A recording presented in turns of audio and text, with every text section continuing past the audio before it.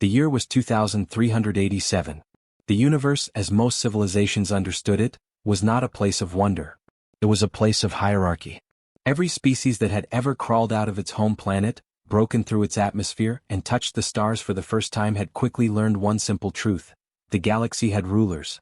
Not elected rulers. Not chosen rulers. Rulers decided by one thing and one thing only: power. And at the very top of that power structure, sitting on a throne built from the bones of 100 dead civilizations, was a species called the Vorcai. They were magnificent if you could stomach looking at them. The Vorcai stood between 9 and 11 feet tall. Their bodies were covered in a natural armor plating, a dark, iridescent exoskeleton that had evolved over millions of years to deflect radiation, absorb kinetic energy, and regulate internal temperature across environments that would kill most biological life forms in seconds. Their 4 arms ended in 6-fingered hands, each finger tipped with a retractable claw made of a biological compound harder than most metals. Their heads were broad and flat, with 4 eyes arranged in a diamond pattern, 2 forward-facing for precision targeting, 2 side-facing for nearly 360-degree awareness. They had no visible mouth on their face. Their feeding apparatus was located at the base of their throat, hidden beneath a fold of thick armored skin. They communicated through a combination of low-frequency vibration and bioluminescent patterns on their chest plates. To most species in the galaxy, the flashing patterns looked like abstract art. To the Vorcai, it was language, precise, cold, and efficient. They had no word for mercy in their language. That wasn't an oversight. It was a choice. The Vorcai had been the dominant species in the Milky Way for over 40,000 years. In that time, they had encountered 217 other intelligent species. Of those, 63 had been absorbed into their empire as slave labor, species deemed useful enough to keep alive but not powerful enough to threaten. The remaining 154 had been eliminated. Not defeated. Not conquered. Eliminated. The Vorcai did not believe in leaving enemies alive. They did not believe in mercy, in negotiation, or in coexistence. They believed in one thing: total dominance. And for 40,000 years, they had achieved exactly that. Their fleet numbered in the tens of thousands.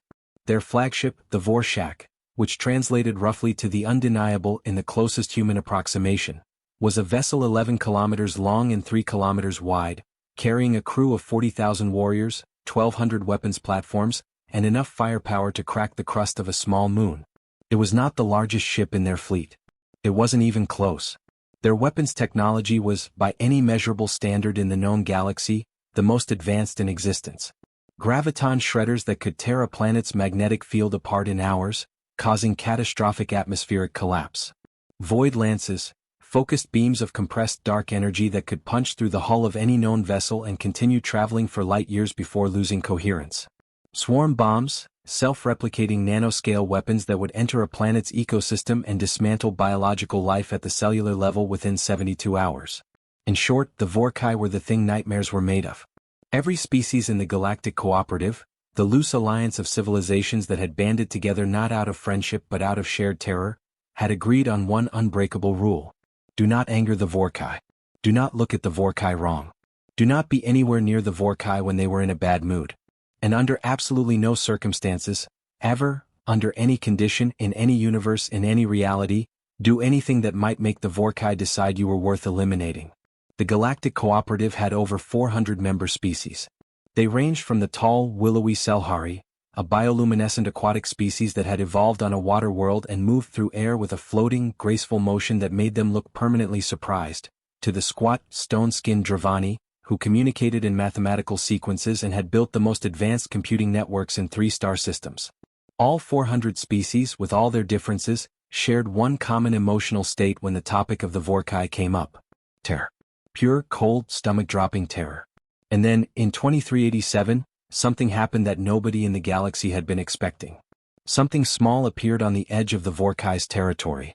Something that the Vorcai's long-range scanners initially flagged as biological, minimal threat assessment. Something that called itself human. The first human vessel to cross into territory the Vorcai considered theirs wasn't a warship.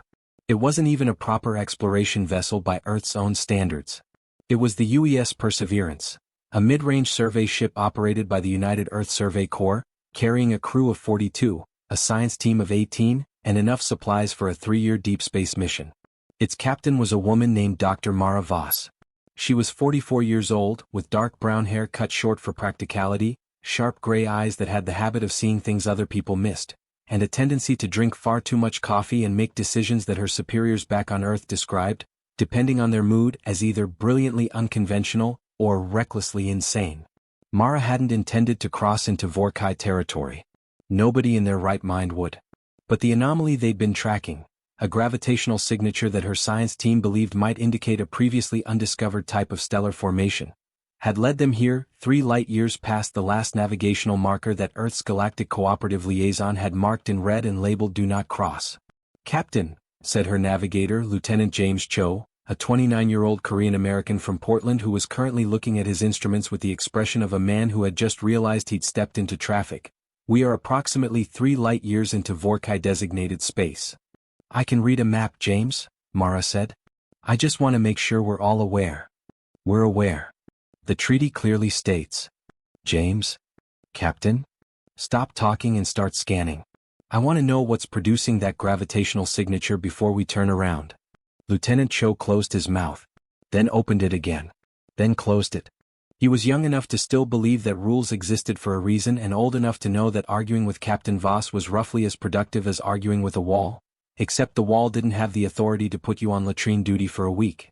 He started scanning. The anomaly was extraordinary. Mara's science chief, Dr. Priya Okafor, a Nigerian-British astrophysicist who had published 47 papers before the age of 35 and whom Mara privately considered the smartest person she'd ever met, came up from the science bay with her tablet in hand and her expression alive with the specific excitement of someone who has just found something that will rewrite textbooks. "It's a collapsed neutron star," Priya said, "but it's rotating at a speed that shouldn't be physically possible given its estimated age. The rotation is generating a localized gravity field that's distorting spacetime in a radius of approximately 2 light-years. If we can get close enough to take detailed readings." "How close?" Mara asked. "Half a light-year. That's deeper into Vorcai space." "Yes." Mara looked at the view screen. The star in question was visible as a faint blue-white pulse in the distance, rhythmic as a heartbeat, beautiful and terrible. "Start your approach calculations," she said. Lieutenant Cho made a sound that was not quite a word. "James," Mara said without looking at him. "Captain? If something tries to shoot at us, I promise I'll let you say, 'I told you so.'" That is not as comforting as you seem to think it is. But he started the approach calculations anyway. They never reached the neutron star. Because 12 minutes into their approach, the Perseverance's long-range sensors lit up with contact signatures. Not 1. Not 2. 17. 17 contacts, each one registering as a vessel between 800 meters and 4 kilometers in length, moving in a tight formation that had the unmistakable geometry of a military intercept pattern. "Vorcai," said Lieutenant Cho, and the word came out very quietly. The bridge went silent. Mara Voss sat in her captain's chair and looked at the 17 incoming contacts and felt, deep in her chest, the specific sensation of a person who has wandered into the wrong neighborhood and is now watching the local residents notice them. "Open a channel," she said. "Captain, they're not broadcasting on any." "Open a channel on every frequency we have. Broadband. Everything."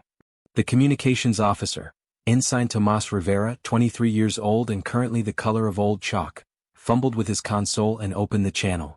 Mara leaned forward. "This is Captain Mara Voss of the United Earth Survey Corps vessel Perseverance. We entered this region in pursuit of a scientific anomaly and had no hostile intent. We are prepared to withdraw immediately. We apologize for the incursion." Silence. The 17 contacts continued their approach. "Try again," said Lieutenant Cho. "Maybe they didn't." The response came. Not in words. Not in any frequency the Perseverance's communications array was built to handle, but in a gravitational pulse. A low, deep throb that resonated through the hull of the ship and through the bones of every human on board. It felt like standing next to a very large bell when it was struck. It felt like the universe itself was clearing its throat. Then the lead Vorcai vessel, a 4-kilometer predator that made the Perseverance look like a rowboat beside an aircraft carrier, turned its weapons array toward them. "They're targeting us," said the tactical officer. Her name was Lieutenant Sarah Kaminsky and she was 27 years old and had never in her life seen a weapons signature like what was appearing on her screen. "Captain, I cannot identify that weapons system. Whatever it is, it's charging." Mara Voss took a breath. Then she said something that would, in the years to come, be studied in every military academy on Earth and in every diplomatic training course in the Galactic Cooperative. She said, "Get me Earth. Emergency channel. Right now. And someone tell me everything we know about Vorcai biology." Because Mara Voss, sitting in her underpowered survey ship 3 light-years inside the territory of the most dangerous species in the known galaxy, with 17 warships pointing guns at her, was not thinking about how to escape. She was thinking about how to win. And that specific, particular, uniquely human instinct, was the first thing that the Vorcai had ever encountered that they did not have a category for. They had a category for prey. They had a category for warriors. They had a category for slaves. They did not have a category for a species that, when faced with annihilation, started calculating how to fight back. HFY, and from this moment, everything changed. The Vorcai commander who led those 17 ships was named Vorketh, which in the Vorcai vibration language, meant roughly, the one who ends things. He had held that name for 300 years, because the Vorcai were a long-lived species, and he had earned it in the way that names were always earned among his people. By ending things. He had personally overseen the elimination of 4 intelligent species. He had commanded the fleet that had shattered the Drenali Collective's home system into an asteroid field. He had been the one to give the order that turned the Salhari homeworld's ocean into a dead, toxic waste, a punishment for a minor diplomatic slight that the Salhari had not even realized they were making. He was, in the truest sense of the Vorcai hierarchy, the galaxy's most efficient instrument of extinction. And right now he was looking at the sensor readings from the small, insignificant, clearly outmatched vessel that had wandered into his patrol territory, and he was feeling something unusual. Curiosity. Not because the vessel was impressive. It wasn't. By any technical measurement it was laughably primitive. Its hull was a simple layered alloy that his weapons could have penetrated in microseconds. Its propulsion system was based on a technology his species had moved beyond 30,000 years ago. It had no shielding worth mentioning and no weapons that registered as anything above background noise on his tactical array. What made him curious was the behavior. Every species that had ever found itself on the wrong end of a Vorcai intercept had responded in one of 2 ways. Either they fled, immediately, desperately, abandoning any dignity in a panic-driven attempt to escape, or they transmitted frantic communications begging for mercy, offering tribute, offering surrender, offering anything to make the weapon stop charging. The small vessel had done neither. It had opened a communication channel. It had transmitted what appeared to be a calm, measured statement. And then, while the channel was still open, its internal activity readings, which Vorketh's sensors were passively monitoring, showed a sudden and dramatic increase. Not in propulsion. Not in shields. Not in weapons. In communication. In computing. In what appeared to be, based on the energy signature, a massive data processing event. The humans weren't running. They weren't begging. They were thinking. Vorketh found this interesting enough to delay firing for exactly long enough to watch what they did next. What they did next was send a new transmission. Not to him, he hadn't responded to their first attempt and had no intention of doing so. The transmission was directed outward, away from him, toward what his navigation logs confirmed was the direction of the human home system, which his records placed at a star the humans called Sol, approximately 40 light-years away.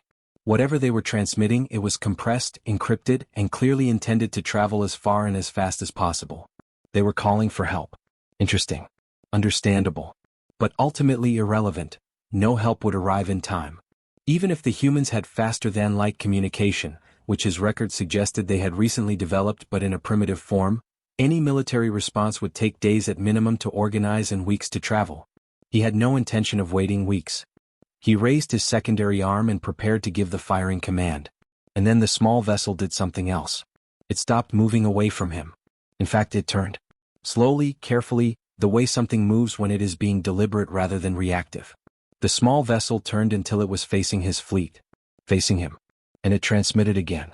This time directly to his ship. Vorketh accepted the transmission out of something he didn't quite have a word for. Not respect, not interest exactly, but something adjacent to the feeling he got when he encountered a creature that surprised him. He had not felt that in a very long time. The voice that came through was female. Come. Measured. I am Captain Mara Voss of the United Earth Survey Corps. I don't know if you can understand me or if you're even listening, but I'm going to assume you are because you haven't fired yet, and that tells me something. So here's what I want you to know. Pause. We came here by accident. We are a scientific vessel with no weapons and no hostile intent. But I want to be honest with you because honesty where I come from is something we value. If you fire on this vessel, Earth will know about it. Earth will respond.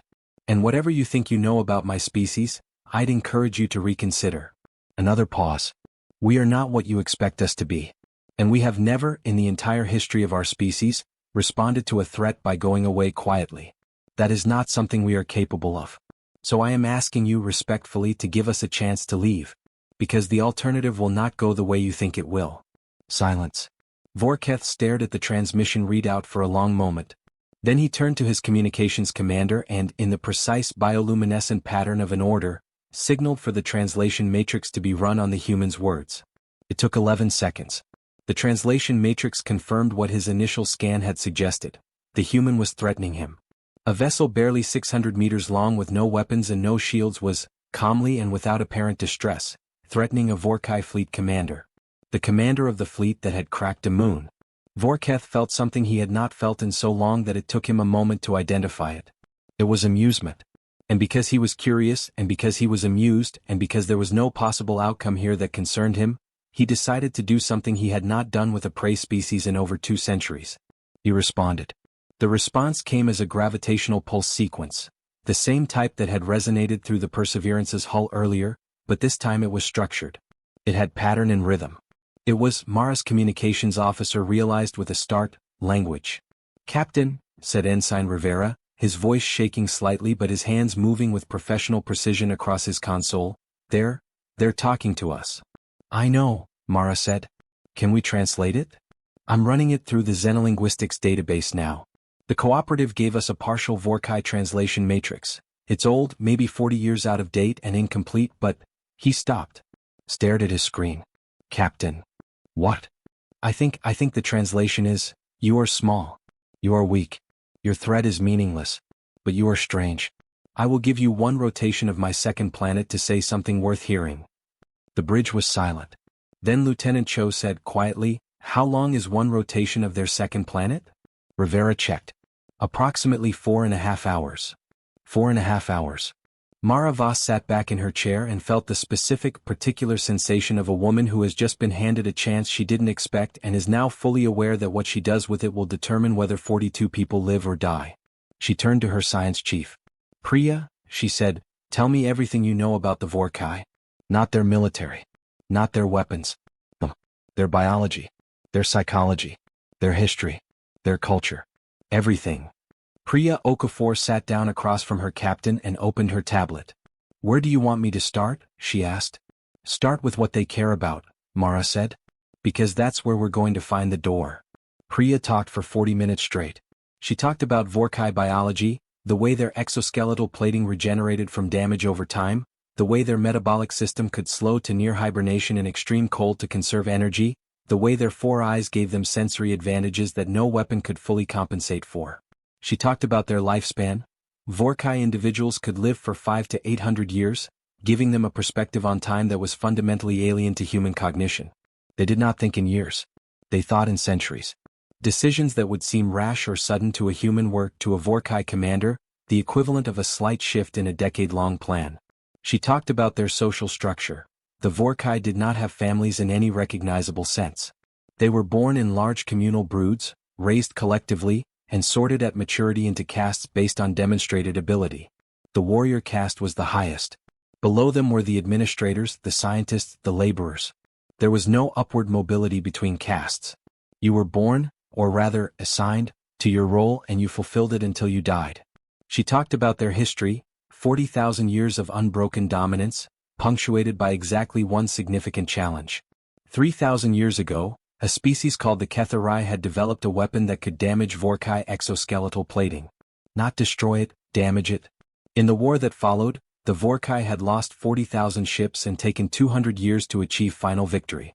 The Ketharai had been eliminated so completely that their name existed in galactic cooperative records only as a footnote. Their homeworld was now an uninhabited rock. But Priya had something interesting to say about that war. The Ketharai almost won, she said. Mara looked up from the notes she'd been writing. Say that again. Based on the fragmentary records the cooperative has, and most of this comes from species that were around at the time and survived by staying very, very far away, The Ketharai came within a handful of engagements of breaking the Vorcai fleet's ability to resupply. They developed a tactical doctrine that the Vorcai had no counter for. They didn't try to fight the Vorcai strength against strength. They fought at range, hit supply lines, collapsed logistical chains. They were about to starve a significant portion of the Vorcai fleet when what? When the Vorcai did something no one expected. They surrendered a system. They gave up 3 occupied star systems, pulled their forces back, regrouped, completely rebuilt their tactical doctrine in 18 months, and came back with a different strategy. Mara stared at her. They adapted. They adapted faster than the Ketharai could compensate for. And then they won. And then they made sure nothing like the Ketharai would ever happen again. Mara sat with that for a moment. So they're not inflexible, she said. No, they're not. They're arrogant, they're brutal, and they believe in their own superiority with a conviction that is basically hardwired into their culture. But they are not stupid. And they are not incapable of change. They don't respect anything that can't demonstrate it deserves respect. On their terms. On their terms. Mara looked at the view screen, where the 17 Vorcai warships hung in space like a constellation of violence. Then we show them something they've never seen before, she said. Something that makes them reassess their terms. Captain, said Lieutenant Cho carefully, with respect, we are 42 people on a survey ship. What exactly are we going to show them? Mara Voss smiled. It was a small smile, the kind that carries a great deal of weight behind it. The truth, she said. About what happens when you poke humanity and expect it not to poke back. She spent the next 3 hours composing a transmission. Not a threat. Not a plea. A presentation. Working with Priya on the science, with her ship's historian, a quiet man named Dr. Ben Adler who had spent 30 years studying human military history and who had a gift for finding the essential kernel of meaning in any conflict. And with Rivera on the linguistics matrix, she assembled something that had never been sent to the Vorcai before. A history of humanity's wars. Not a boast. Not a record of victories. Something more nuanced and more honest than that. She sent them the story of how humans fought. Not the weapons they used. Not the technologies they deployed. The story, the actual narrative of how a species that was, by any galactic standard, physically unimpressive, short-lived, and equipped with technology that was centuries behind the dominant civilizations around it, had nevertheless, again and again in conflict after conflict, refused to accept defeat. She sent them Thermopylae, 300 soldiers holding a mountain pass against an army of hundreds of thousands, not because they expected to win, but because holding the pass mattered. She sent them the story of the siege of Stalingrad, an entire city reduced to rubble, its people living in ruins and fighting room to room, street to street, building to building for months, in temperatures that killed equipment and men alike, against an enemy that was better armed and better supplied, and how those people had held. She sent them the story of World War II's Pacific Theater, how after the attack on Pearl Harbor had destroyed a significant portion of the American Pacific Fleet, the response had been not retreat, not negotiation, but the industrial mobilization of an entire continent, a species that had converted car factories to tank factories and dressmaking facilities to parachute production in months, that had trained pilots by the tens of thousands and built ships by the hundreds and prosecuted a war across the largest ocean on its planet until the enemy was not merely defeated but comprehensively broken. She sent them stories of survival, the siege of Leningrad, where a city of millions had survived 900 days of blockade on starvation rations rather than surrender, the story of the Dunkirk evacuation, where a defeated army had been brought home from a beach under fire by a fleet of fishing boats and pleasure craft and anything else that could float, 300,000 soldiers rescued from the jaws of destruction not by a military operation but by the spontaneous collective action of a people who simply refused to leave their soldiers behind. She sent them the story of the space programs, how humanity, a species that had only recently achieved flight, had within 66 years of the first powered aircraft landed people on its own moon. How it had done so with computers less powerful than a modern wristwatch. How it had done so after disasters and failures and deaths, and had kept going anyway because the alternative was staying on the ground, and staying on the ground was not something humans were able to stomach for long. She sent the history of humanity's wars, and she attached to it a single message, translated into every format the cooperative's matrix could produce, in every frequency and medium the Vorcai might be able to receive. The message said, "We have been fighting since before we had language. We have been losing and coming back since before we had metal. We are not the strongest species in this galaxy. We are not the fastest or the most durable or the longest lived. We do not have the most advanced weapons. What we have is this: we do not stop. We have never stopped. We will never stop. This is not a threat. This is information. We thought you should have it before you make a decision." She sent it and sat back and waited. The bridge was completely silent. Outside, the 17 Vorcai warships held their position. Vorcai, 11 kilometers away in a vessel that could have destroyed the Perseverance with a thought, was reading. He was reading about a species that had fought with spears. About a species that had fought from trenches. About a species that had strapped itself into primitive, barely controlled machines and hurled themselves at each other in the sky. About a species that had developed weapons capable of annihilating cities and had used those weapons and then, and this was the part that made Vorcai stop and read again, had then sat down and written rules about when those weapons could be used, because the species itself had looked at what it was capable of and decided that some of it needed to be constrained. A species powerful enough to destroy itself that had chosen, not always perfectly, not without failure, but consistently and repeatedly, to try to be better than its worst instincts. He read for 2.5 hours. Then he transmitted a response. "You are still small," the translation came back. "You are still weak. Your vessel is still insignificant. But you are." There was a pause in the translation, a gap where the translation matrix flagged an unfamiliar term. "You are Caro, a word we use for something that has not yet shown what it will become. We do not fire on Caro. We watch them." And the 17 warships withdrew. They didn't leave the system. They pulled back to a distance of 5 light-years and took up a monitoring position. But they withdrew. On the bridge of the Perseverance, Ensign Rivera lowered his head onto his console and made a sound that was somewhere between a laugh and a sob. Lieutenant Cho sat very still for a long moment and then said in a very small voice, "Captain, what just happened?"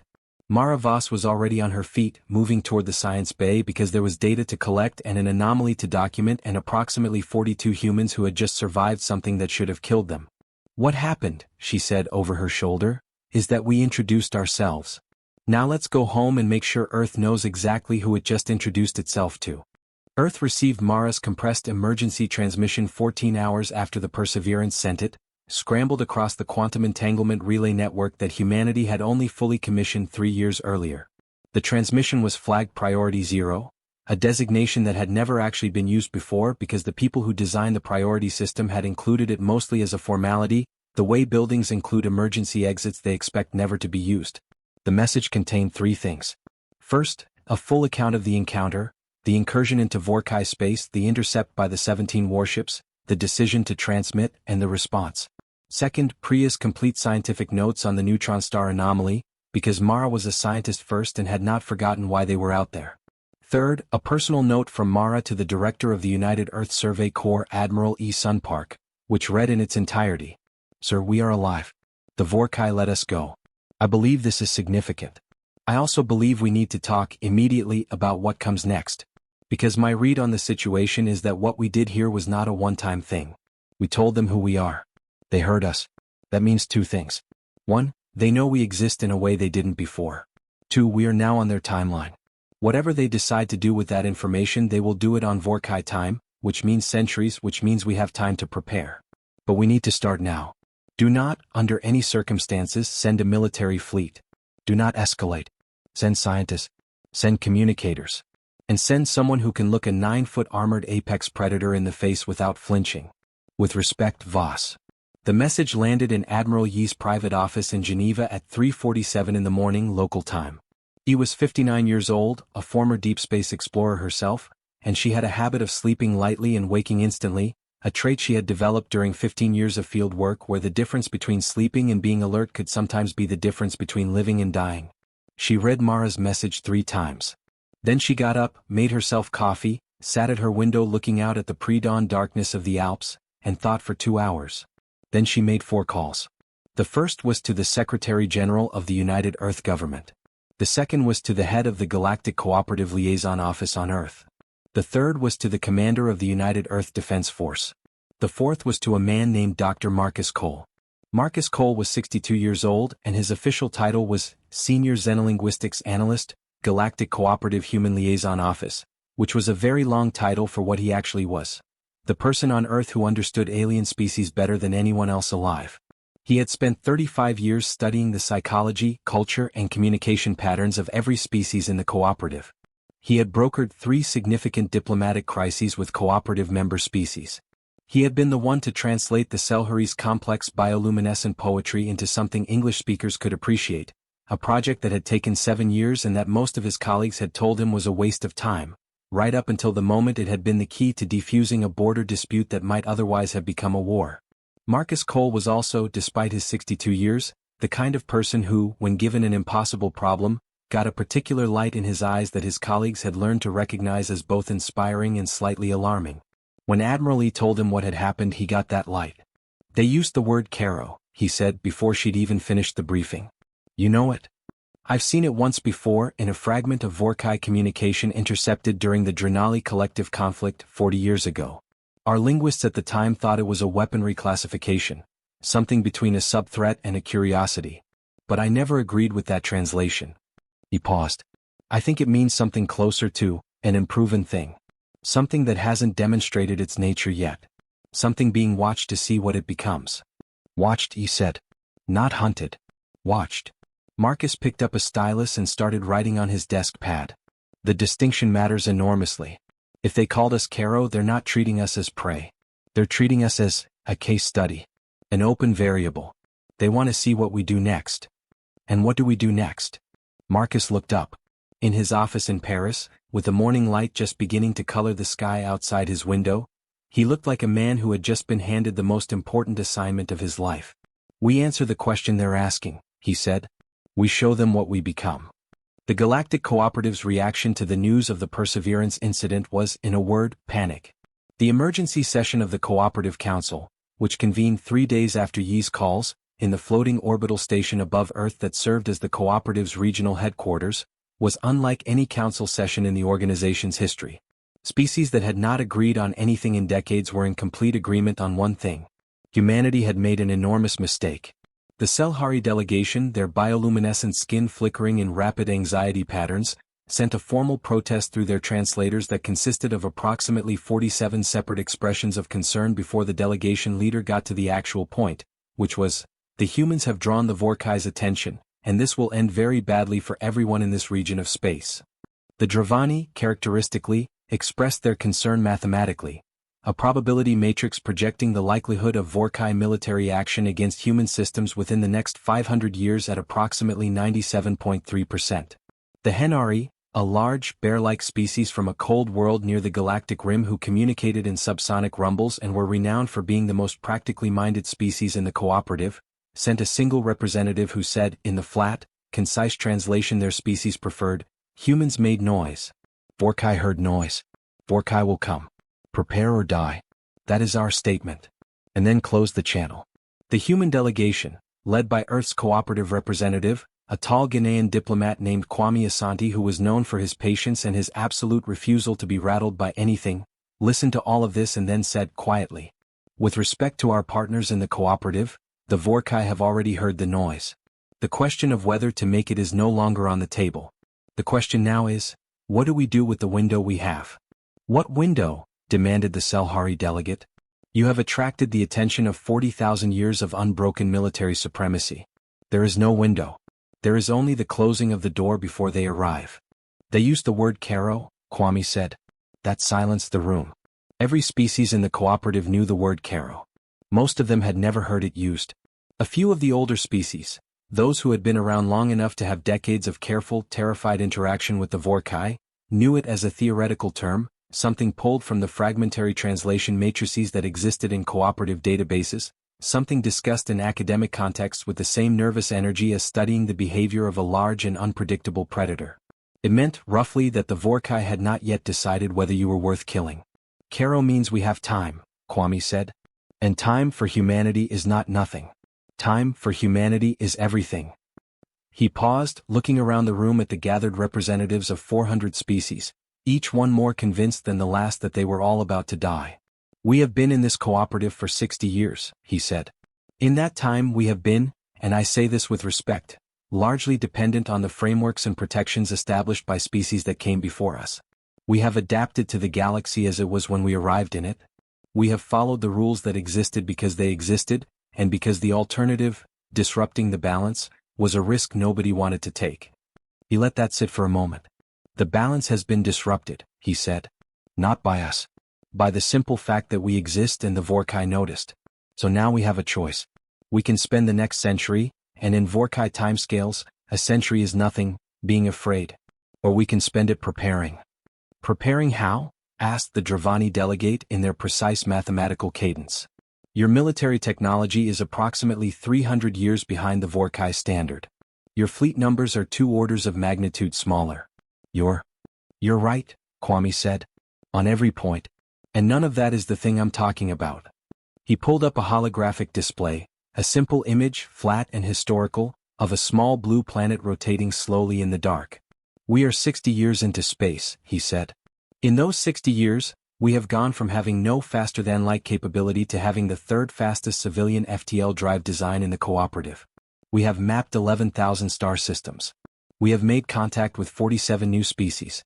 We have built the most extensive long-range communications network in this region of space.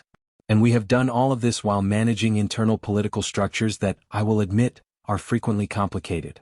A ripple of something went through the room. Among some species, it looked like discomfort. Among others, it looked more like reluctant acknowledgement. We don't need to match the Vorcai ship for ship, Kwame said. We need to make them understand that the cost of eliminating us is higher than they want to pay. And to do that, we need to be honest about what we are. He turned off the holographic display. We are the species that just talked a Vorcai fleet commander out of firing with a history presentation, he said. I have read Captain Vasa's full report. She sent them our wars, our failures, our refusals to quit. And the commander read it, and he held his fire, and he used a word that means, I am watching to see what you become. He looked at the Salhari delegate. Let's become something worth watching. The next 18 years were the most transformative in human history since the Industrial Revolution. Earth did not panic. Earth, or at least the portion of Earth's leadership that had read Mara's report carefully, understood something important. The Vorcai were not a species that could be frightened off, but they were a species that could be made to recalculate. And recalculation took time. The key decision was made in the first 6 months, in a series of closed sessions that involved more coffee, more sleepless nights, and more fierce, passionate disagreement than almost any political process Earth had ever seen. The decision was this: do not militarize, not primarily. Build capacity in 3 things: knowledge, communication, infrastructure. The reasoning was Marcus Cole's, and it was this: the Vorcai were 40,000 years ahead in weapons technology. A military arms race would be not just futile but counterproductive. It would demonstrate exactly the kind of threat that would make the Vorcai's Caro assessment tip from watching to eliminate. But a civilization that was deeply, complexly understood, whose biology, psychology, culture, and decision-making patterns were known in granular detail, could be engaged with in ways that a civilization you dismissed and filed as minimal threat could not. We need to know everything about them, Marcus said in the first major planning session. Not to fight them. To talk to them. To make them see us as an entity worthy of consideration. Because the Vorcai don't respect power alone, or rather they respect power but they've encountered plenty of it and destroyed it anyway. What they haven't encountered in 40,000 years is a species that they can't fit into any of their existing categories. And we're that species? Asked Commander Hira Nakamura, head of the United Earth Defense Force, a compact, precise woman who had spent 20 years commanding Earth's first deep space military vessels and who had the unnerving habit of finding the flaws in every plan, not out of negativity but out of professional obligation. We're that species right now, Marcus said. The question is whether we can stay that species long enough for them to decide we're more interesting than we are threatening. Commander Nakamura considered this for a moment. And if they decide we're threatening before we get there? Then we need the military capacity to make that decision expensive, Marcus said. I'm not saying ignore defense. I'm saying don't lead with it. They didn't lead with it. But they built it. The Knowledge Project, officially designated the Cooperative Intelligence Initiative, though everyone called it by its internal nickname, the Library, was the largest research effort in human history. It drew scholars from every university on Earth and from every human colony world. It pulled in xenobiologists, military historians, behavioral psychologists, cultural anthropologists, linguists, physicists, and engineers. Its central mandate was simple: compile the most complete possible profile of the Vorcai, their biology, their history, their psychology, their weaknesses, their patterns, their decision-making structures. The data they had to work with was fragmentary. Most of it came from cooperative archives. records kept by species who had survived encounters with the Vorcai by staying very, very far away. Some came from wreckage, physical debris from destroyed ships and abandoned Vorcai outposts that cooperative member species had recovered over the centuries and never quite known what to do with. A very small amount came from direct observation, the recorded data from the Perseverance's encounter, which Priya Okafor's team extracted and analyzed in obsessive detail. What they built, over 8 years of intensive research, was not a perfect picture. But it was the most complete picture anyone had ever assembled. And the picture had some surprising features. The most surprising was this: the Vorcai had a limit. Not a weakness in the conventional sense. Not a frequency that scrambled their nervous systems or a material their exoskeletal plating couldn't withstand. But a structural, systemic limit that was built into the very nature of their civilization. Their caste system. The Vorcai's rigid social hierarchy, warrior, administrator, scientist, laborer, was extraordinarily efficient at doing what it had always done. Warrior castes fighting known threats. Administrator castes managing conquered territories. Scientist castes advancing understood technologies. Laborer castes maintaining existing infrastructure. What it was not efficient at was adaptation. Not slow adaptation. They demonstrated with the Ketharai War that they could adapt tactically, quickly, when the problem was military. But deep, structural adaptation. The kind that required crossing caste boundaries.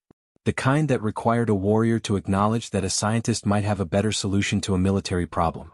The kind that required an administrator to admit that a laborer's lived experience of a system might produce insights that a hierarchical review process would never surface.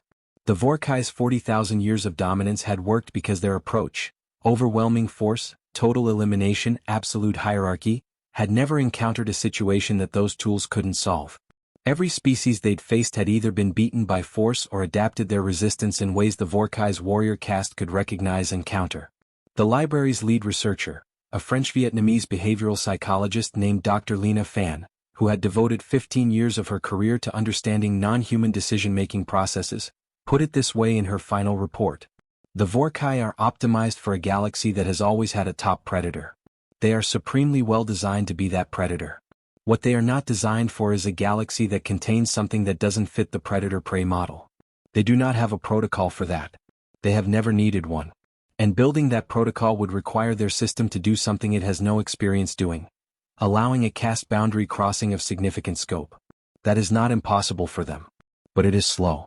It is painful by their cultural standards. And it is deeply uncertain. She paused in her report and then wrote one additional line. Uncertainty is something they are not accustomed to tolerating.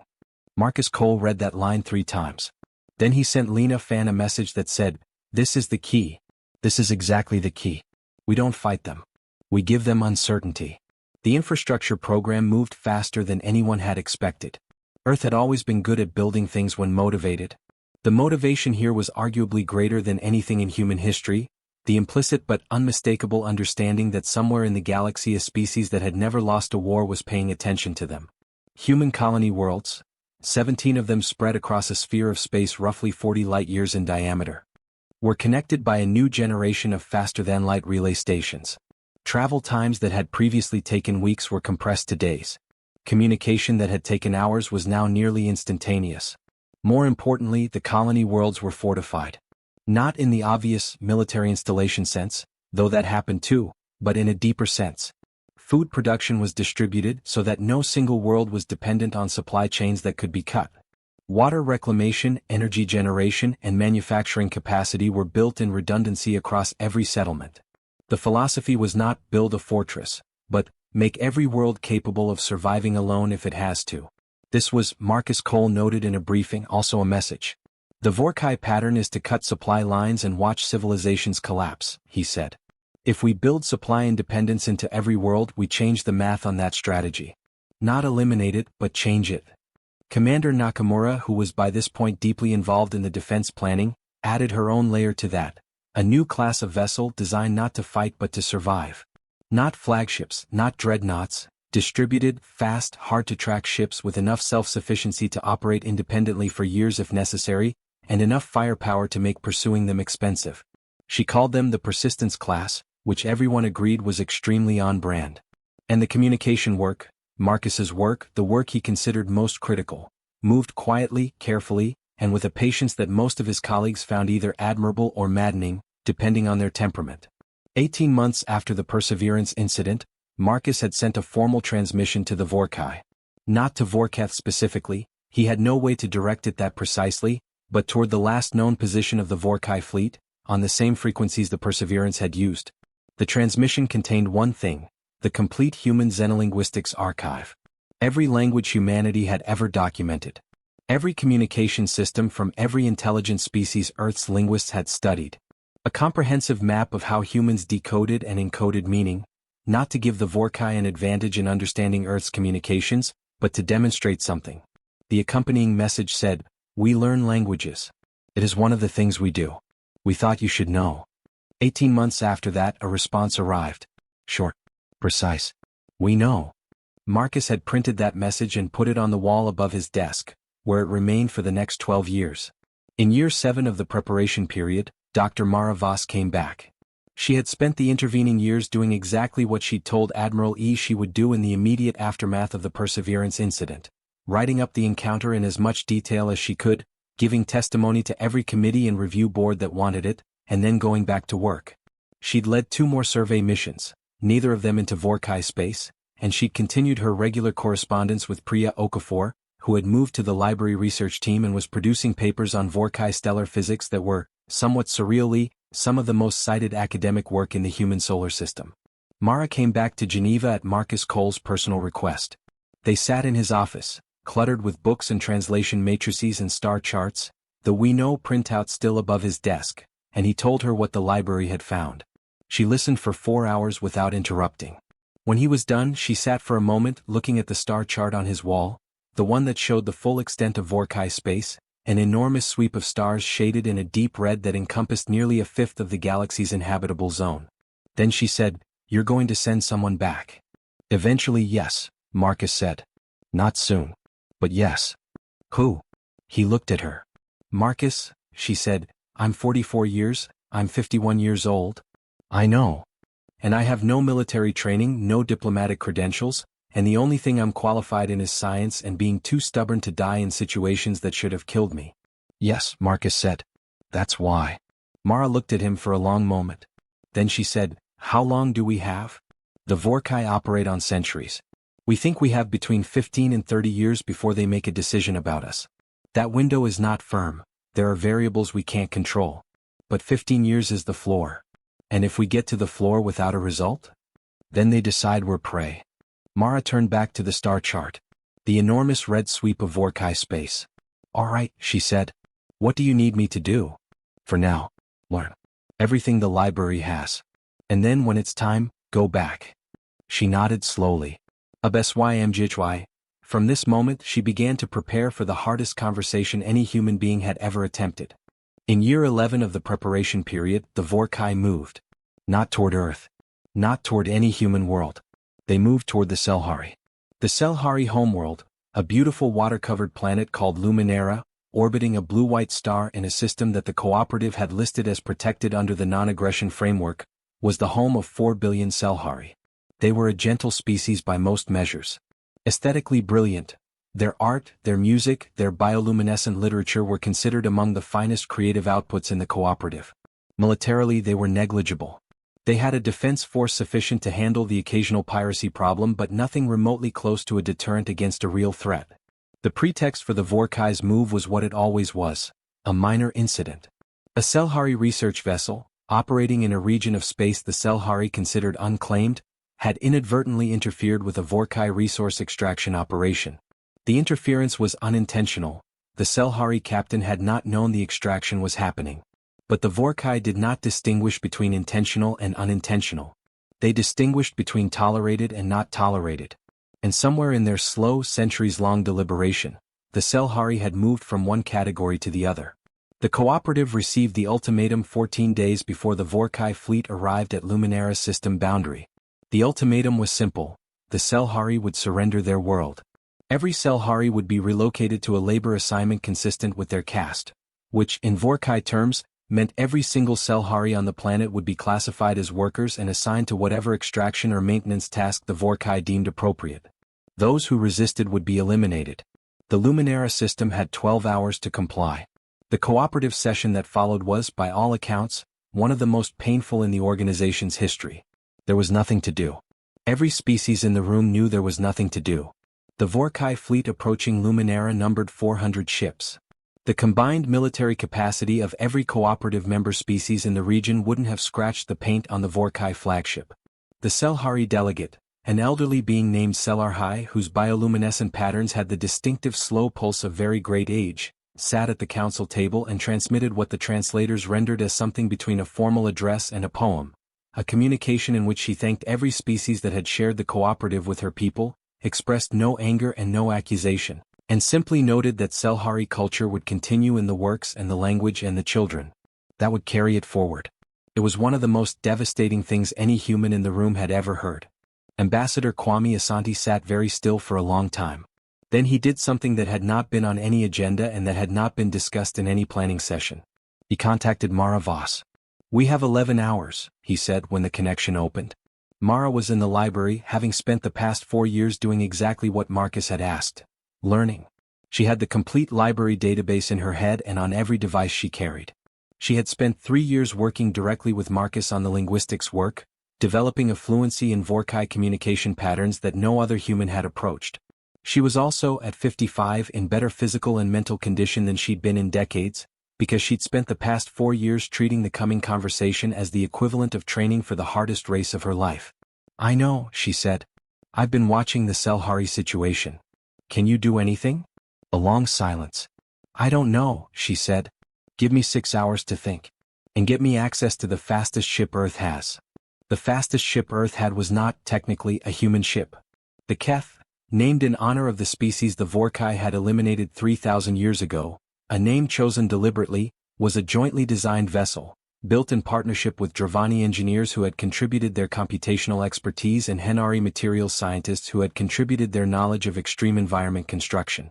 It was roughly 3 times as fast as anything Earth had built independently. It carried no weapons, a deliberate choice, and its hull incorporated a technology borrowed from the Salhari, a layer of bioluminescent material that could be used to transmit signals and Vorcai frequency patterns.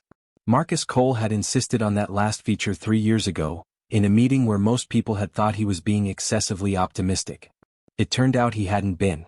Mara boarded the Keth with a crew of 12, a full translation suite and the complete library database. She left Earth orbit 47 minutes after Kwame's call. They weren't going to reach Luminera in time. She knew that. The math was not close. The Keth was fast, but not fast enough to cross the distance before the Vorcai fleet arrived. But Luminera wasn't where she was going. She was going to the last known position of Vorketha's fleet, which the library's tracking data placed at a system 7 light-years from Luminera's approach vector. She was going to intercept the Vorcai's fleet command before the order to begin the absorption was given. She was going 11 years after the Perseverance incident, to finish the conversation she'd started in a survey ship with no weapons and 42 scared crew members. "If this doesn't work," said the Keth's pilot, a young man named Danny Reyes, 26 years old, from New Mexico, who had been selected for the crew because he was the best FTL pilot Earth had produced in a decade and who was currently flying toward a Vorcai fleet at maximum speed without having asked a single question about whether this was a good idea. "What do? "We keep trying," Mara said. "And if they fire on us? Then we find out something important about the limits of what we can do." Danny nodded, in the way that very young people nod when they've decided that the person in charge knows what they're doing and they're going to trust it. It was, Mara thought, one of the most touching things she'd ever seen. "Get us there, Danny," she said. "As fast as you can."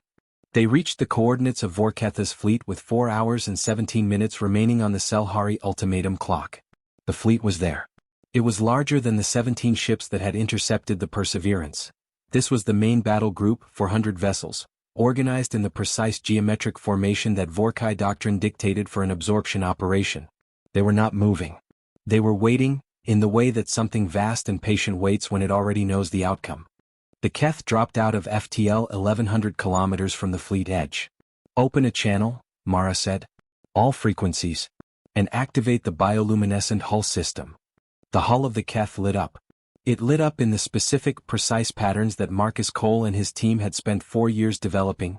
Not improvised signals, not rough approximations, but carefully constructed Vorcai language sequences, tested against every translation matrix in the library and reviewed by the 3 most experienced xenolinguists Earth had ever produced. The message the hull broadcast said in Vorcai bioluminescent, "Caro speaks. Caro asks to be heard." The word Caro again. The word that meant unproven thing. Watch thing. Thing not yet decided.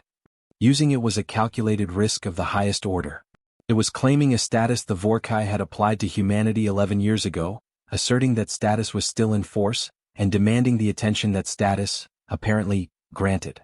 If Vorketh had revoked that status in the intervening years, the Keth would be destroyed before Mara finished the next sentence. The fleet did not fire. There was a long pause, long by any standard, which meant it was probably very brief on Vorkai timescales. Then a communication channel opened. It was a gravitational pulse. Old-fashioned, like the ones that had shaken the Perseverance's hull 11 years ago. And the translated message was short. The same Caro? Or a different one? Mara leaned into the microphone. The same one, she said. Captain Mara Voss. I spoke to you 11 years ago in a small ship you could have destroyed without effort. You chose not to. I have spent the 11 years since then learning who you are. I believe you have spent the same time observing who we are. I am here to ask you to extend that observation. Not indefinitely. Just long enough to listen. Pause. You interrupt an operation, came the reply. I know, Mara said. I'm asking you to pause it. 1 rotation of your second planet. The same gift you gave me 11 years ago. Another pause. Longer this time. What do you offer that you did not offer then? Mara took a breath. Nothing, she said. Only a question. In your 40,000 years, in all the species you have absorbed, all the worlds you have taken, has a single one of them ever come to find you? Has a single one of them ever crossed the space between you and them and said, wait? Silence. No, came the response after a long moment. None have. Then we're still different, Mara said. And the question is still open. What we become. Remember? You're still watching. The silence that followed was the longest she'd ever experienced. Longer than the one on the Perseverance because she was older now and understood better what hung in the balance. Then Vorketh said, I remember. 4.5 hours, Caro. Say something worth hearing. The Salhari ultimatum clock showed 4 hours and 9 minutes remaining. Mara had been given 4.5 hours. She closed her eyes for exactly 3 seconds. Then she opened them and started talking. What Mara said in those 4 hours and 29 minutes was recorded in full by the Keth's data systems and was later published, studied, dissected, and debated for decades. It was taught in schools. It was quoted in political speeches. It was analyzed by philosophers and linguists and military strategists and psychologists. It was, by any measure, one of the most significant individual acts of communication in human history. She did not argue. She did not plead. She did not threaten. She told stories. Not human stories this time. Vorcai stories. The stories she had spent 4 years learning. Stories that came from the library, from the fragmentary records of 40,000 years of Vorcai history. Stories that most Vorcai alive probably didn't know, because the Vorcai didn't preserve history the way humans did. The Vorcai preserved victories. The library had found the rest. She told the story of Vorsheth, a Vorcai warrior caste leader from 12,000 years ago, who had commanded the fleet that eliminated the Vorcai, a species of small, aquatic creatures who had built their civilization in the shallow seas of a tidally locked world and who had never developed weapons more sophisticated than pressurized water jets. The elimination of the Vorcai had taken 11 days. The records the library had recovered suggested that Vorsheth had, in the century following the operation, filed 17 formal administrative queries about the Vorcai's ecosystem, their culture, their biological properties. The queries had gone unanswered because the caste system didn't route scientific curiosity from the warrior caste to the scientist caste. But the queries existed. Someone had looked for them. Vorsheth wanted to know, Mara said. After they were gone, he wanted to know what they had been. The record is there. The question went unanswered because your system doesn't have a way to answer it. But the curiosity was real. She told the story of the Ketharai War, but from a different angle than human historians used. The Vorcai's own tactical adaptation during that conflict, the surrendering of 3 systems, the complete rebuilding of doctrine, had happened, the library's analysis suggested, because of one specific warrior caste commander whose name the records preserved, Vorshan. Vorshan had proposed the retreat and the rebuilding. She had done so by crossing a caste boundary. She had sought consultation from the scientist caste on weapons physics, something the warrior caste didn't do. She had been censured for it, formally recorded as having violated protocol. She had also won the war. Vorcai broke your rules, Mara said, and in doing so she saved your civilization. The record of her censure is there, alongside the record of her victory. Your system knows what she did. It recorded it as a violation. I am asking you, if it saved your civilization, was it a violation? She did not wait for a response. She told the story of the Salhari. Not as a plea for mercy. As an observation. The Salhari have something no other species in this region of space has, she said. Their art, their bioluminescent language, it produces a pattern of meaning that is more complex by every measurement we have than any other communication system known in the galaxy. It is richer. It carries more layers of information simultaneously. Our linguists have spent 40 years trying to map it, and we understand maybe 30% of what they can express. Pause. You communicate in bioluminescent patterns, she said. Yours and theirs are the only two species in the known galaxy that do. And the Salhari system is 37,000 years older than yours. Which means it has dimensions yours doesn't. Layers yours hasn't developed yet. Silence from the Vorcai channel. I am not asking you to spare them because they are peaceful, Mara said. I know that is not a value in your system. I'm asking you to preserve them because they know something you don't. And I am asking that in the spirit of what you called me 11 years ago. Caro. An unproven thing. Being watched. I'm asking, what do you watch in a species you eliminate? Nothing. They are gone and the watching ends. She paused. I'm offering you something different. A species worth watching. Because they will show you something about your own language that you have not seen yet. And we, she took a breath, we will translate it. That is what we do. That is what we have been doing for 11 years. We learn. We translate. We bridge. Her voice was very steady. That is what we want to be, she said. Not warriors. Not prey. Bridges. That is what we are offering you. Not a treaty. Not submission. Not an alliance of the kind you don't believe in. A function. Something we are useful for. And a species you are still watching, that has not yet shown you everything it becomes. The 4-hour and 29-minute mark arrived. Then the 30-minute mark.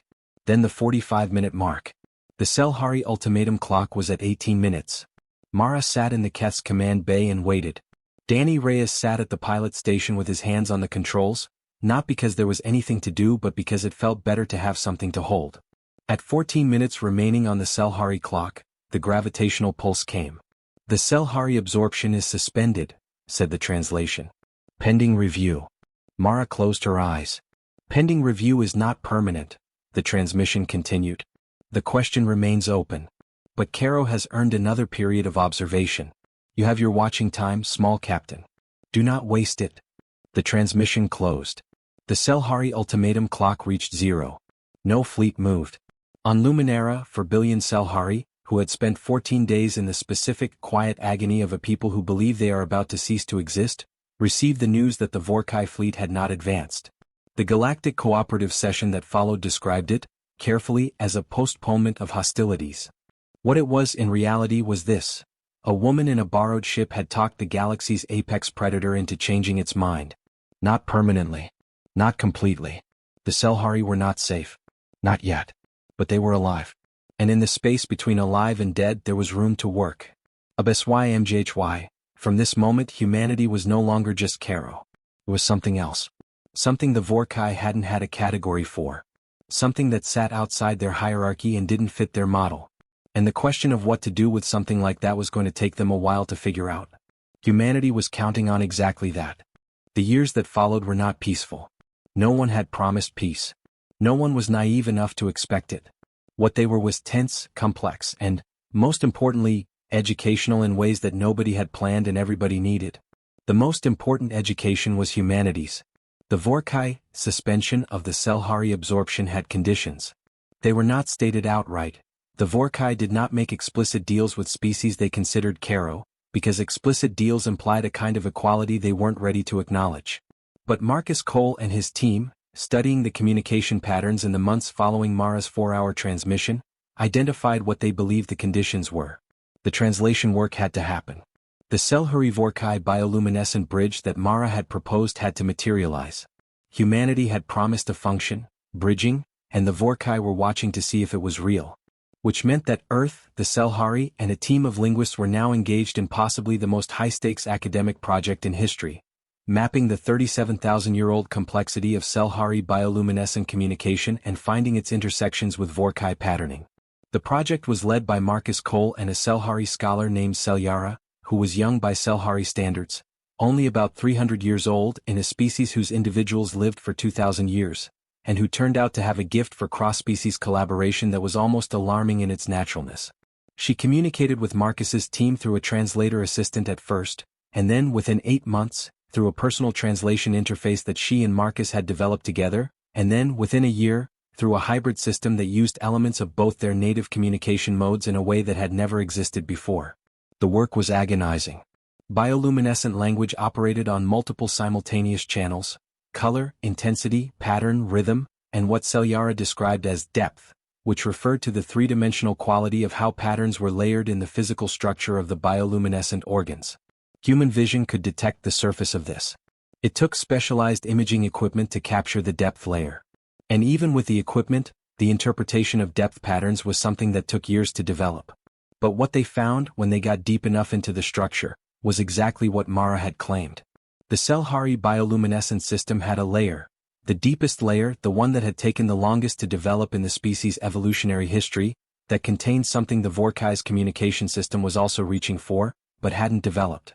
It was a way of expressing not just meaning but the structural relationship between meanings, a kind of metacommunication that allowed a single pattern to convey not just a statement but the logical and emotional framework in which that statement existed. In practical terms, it meant the Salhari could communicate the context of a thing alongside the thing itself, simultaneously, in a single expression. They could say, "I am afraid," and also, in the same breath, communicate exactly what kind of fear in relation to what, how it connected to their understanding of the situation, and what they believed the correct response was. It was, Marcus said, the most sophisticated communication system anyone had ever found. And it had been sitting unexamined, in a species the galaxy mostly regarded as pretty but militarily irrelevant, for 37,000 years. When Marcus sent his preliminary findings to the Vorcai, formatted carefully, translated into the gravitational pulse frequencies the Vorcai used, sent from the bioluminescent hull of the Keth, which was now on permanent assignment as the primary human Vorcai communication vessel, the response took 3 weeks. When it came, it was longer than any previous Vorcai communication to a human. The translation ran to 12 pages. The core of it was this: the Vorcai knew that there was something different about the Salhari's communication system. They had known for centuries.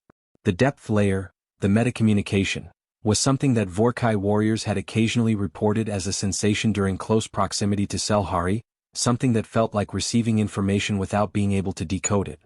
It had been filed by the warrior caste as biological interference, noise from an incompatible system. It was not noise. It was signal. And Marcus had just told them what kind of signal. The response from the Vorcai ended with a statement that Marcus read 4 times before he was sure he'd understood it correctly. It said, translated as precisely as the matrix could manage, "The function you proposed is real. The bridge is useful. This is noted. The Salhari system will not be absorbed at this time. The Karo species continues to be watched. This is not permission. This is acknowledgement. Not permission. Acknowledgement." Marcus, reading this at his desk in Paris, with the "we know" printout still above him and now joined by the 12-page Vorcai response, put his head in his hands and sat very still for a while. Then he looked up and said to the empty room, "Okay. It's working. It's actually working." It was also, simultaneously, going wrong. Because not all of Earth's response to the Vorcai situation had been Marcus's patient, scholarly approach. Commander Nakamura's military program had been running alongside the diplomatic and academic work since the beginning. It had been deliberately low-key, the Persistence-class ships, the distributed infrastructure, the redundancy programs. Nothing that could be read as an arms buildup. But in year 14 of the preparation period, 3 years after the Salhari incident, a faction within Earth's government had made a decision that Marcus Cole, Mara Voss, Admiral E. and Ambassador Kwame Asante would all later describe, in their separate memoirs, as the mistake. The faction was led by a general named Marcus Webb, a different Marcus and a very different personality. Webb was 63, a career military officer with a distinguished record, and a man who believed, in the deepest part of his professional soul, that the only thing the galaxy understood was force. He had watched the Salhari situation and drawn a different lesson from it than Mara had intended, Not communication can work, but we got lucky and luck runs out. Webb's program was called officially Project Shield. Unofficially, it was known in the circles that knew about it as the Spear. The Spear was a weapons development program. Specifically, it was a program designed to develop one thing: a weapon capable of damaging Vorcai exoskeletal plating. The Ketharai had done it 3,000 years ago. The biological compound of Vorcai exoskeletal plating, while extraordinarily durable, was not indestructible. The Ketharai's weapon had found a specific frequency of focused energy that destabilized the compound's molecular structure at the surface level, not destroying it but weakening it. The effect was temporary, but it had been enough to make Vorcai warriors vulnerable in close combat. That weapon's design was long gone. The Ketharai were gone. But the library had found fragments, physics papers, technical documents, material analysis reports, in the wreckage of Ketharai structures that had survived 3,000 years, and Webb's team had spent 4 years reconstructing the principle. They had succeeded. The Spear was not a battlefield weapon. It was a satellite platform, a network of linked orbital platforms that could, if the network was activated over a target, project the energy frequency at a range of up to 50 kilometers. It wouldn't kill a Vorcai. It would hurt one. It would make them feel something. Webb considered this a deterrent.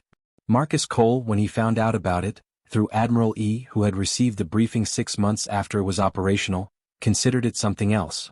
It's a provocation, he said very quietly in Yi's office. If the Vorcai find out about it, and they're monitoring us, they've been monitoring us since the Perseverance, they will interpret it as exactly what their model predicts. A prey species that has armed itself against the predator. Which is what it is, E said. Yes. But the framing matters enormously. We have spent 14 years telling them we are not the thing they expect. We have spent 14 years showing them we are something different. Not because they'll like us for it, but because something different is harder to categorize, and something they can't categorize they can't dismiss. The moment they see the Spear, they have a category for us. They have dealt with species that developed weapons against them before. And those species are gone, Marcus said. Every one of them. He sat with that for a moment. Webb has authorization from the Security Council, she said. I know. Marcus stood up. I need to talk to Mara. Mara's reaction to the news about the Spear was not what Marcus expected. She didn't panic. She didn't express anger. She sat with it for a long time, in the same quiet, thinking way she'd sat with impossible problems before, and then she said, Can it be hidden? For a while, Marcus said. Nakamura thinks we might have 2 years before the Vorcai's monitoring systems identify it. 2 years. Mara looked at the star chart on her wall. She'd put one up too by this point in the small apartment near the library where she'd been living for 4 years. What's our status with them right now? The acknowledgement we got after the linguistic work, that's the best we've ever had. The Salhari are still alive. The bridge project is producing results the Vorcai are actually paying attention to. We are, by every measure, in the best position we've ever been. And the Spear puts all of that at risk. If they find it before we're ready for them to find it, yes. Catastrophically. Mara was quiet. Then she said something that surprised Marcus. What if we tell them? He stared at her. Not now, she said quickly. Not yet.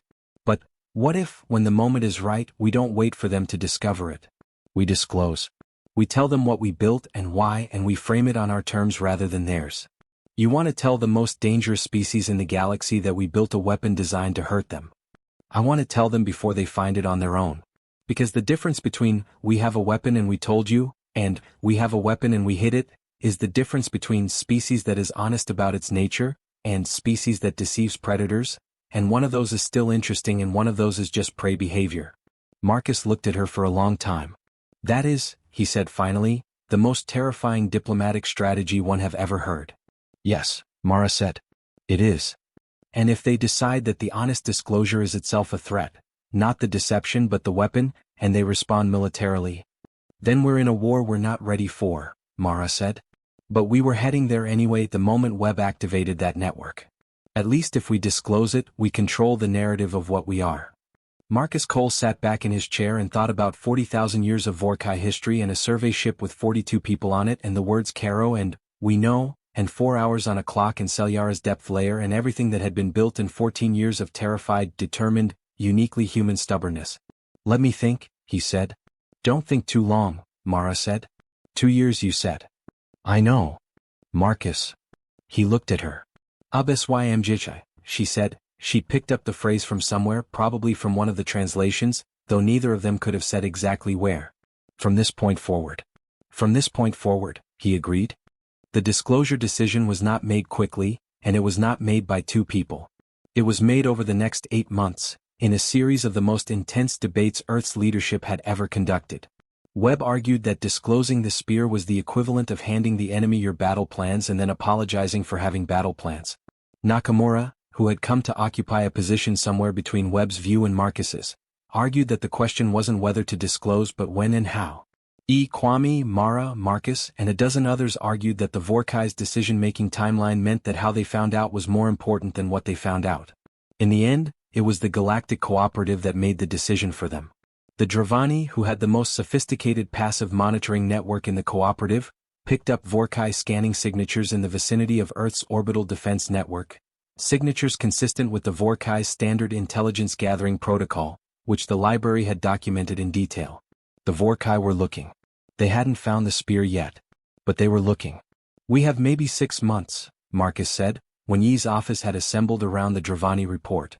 "Maybe less." "Then we move now," Mara said. She'd been standing by the window looking at Geneva below. She turned around. "I'll go. The Keth is ready. We make the disclosure on our terms in our framing in person. Not a transmission, in person. Because in person means they see something else." "What?" Webb asked. He wasn't opposed at this point. He'd been observing the developing situation with the eyes of someone who was reassessing his previous certainty, which for Webb was deeply uncomfortable but which he was doing anyway because he was a professional. "They see that we came to them," Mara said. "Again. For the 3rd time.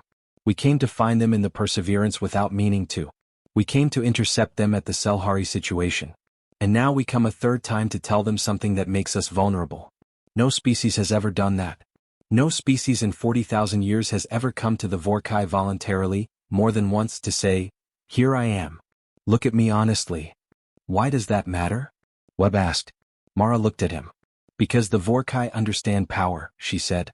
"And the most powerful thing a species can do, in their frame, is act from strength rather than fear. Every species that's faced them has acted from fear, hiding, running, begging. We keep acting like a species that is not afraid of them. And we can do that because—" She stopped, looked at the room. "Because we're not," she said simply. "Or at least, we're afraid and we keep going anyway, and those are the same thing." Webb stared at her.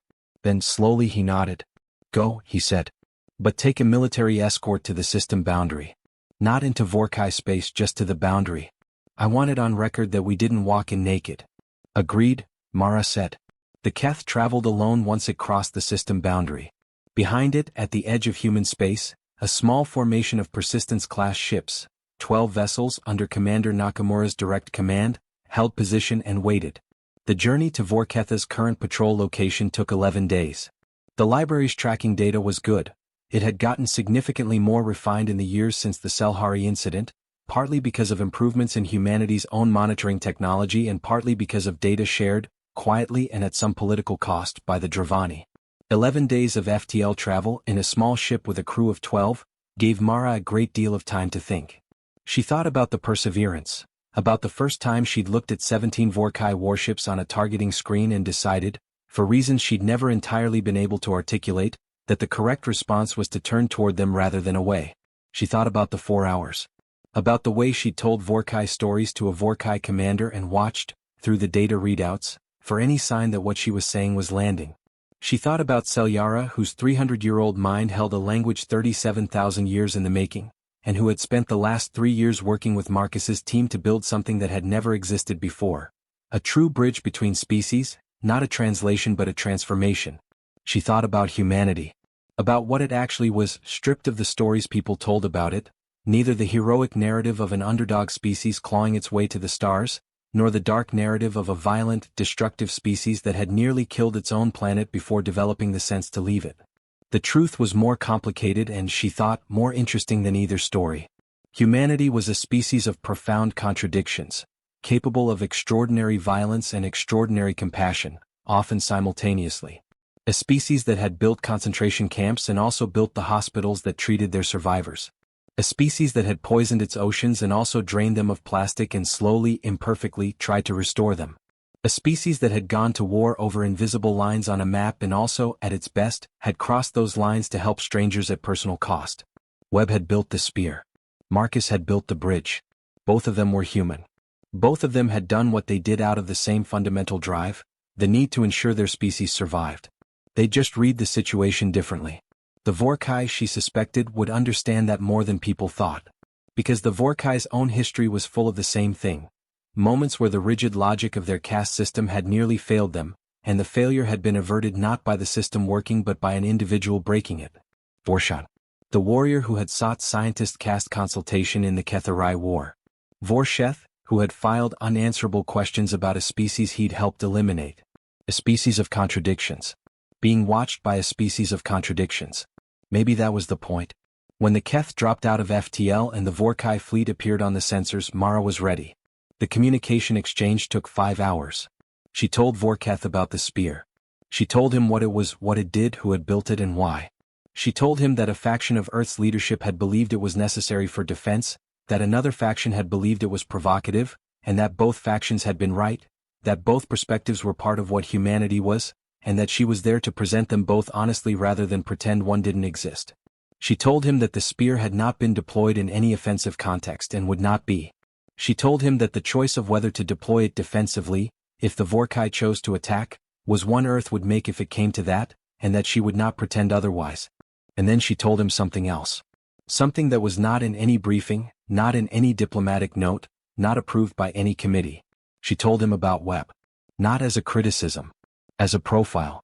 She described Webb's background, his history, his logic, his conclusions, the mind of a military commander who had looked at the most dangerous thing in the galaxy and concluded that the answer was a spear. She described the debate that had followed, the months of argument, the eventual decision to disclose. Webb is not wrong that we need the capacity to defend ourselves, she said.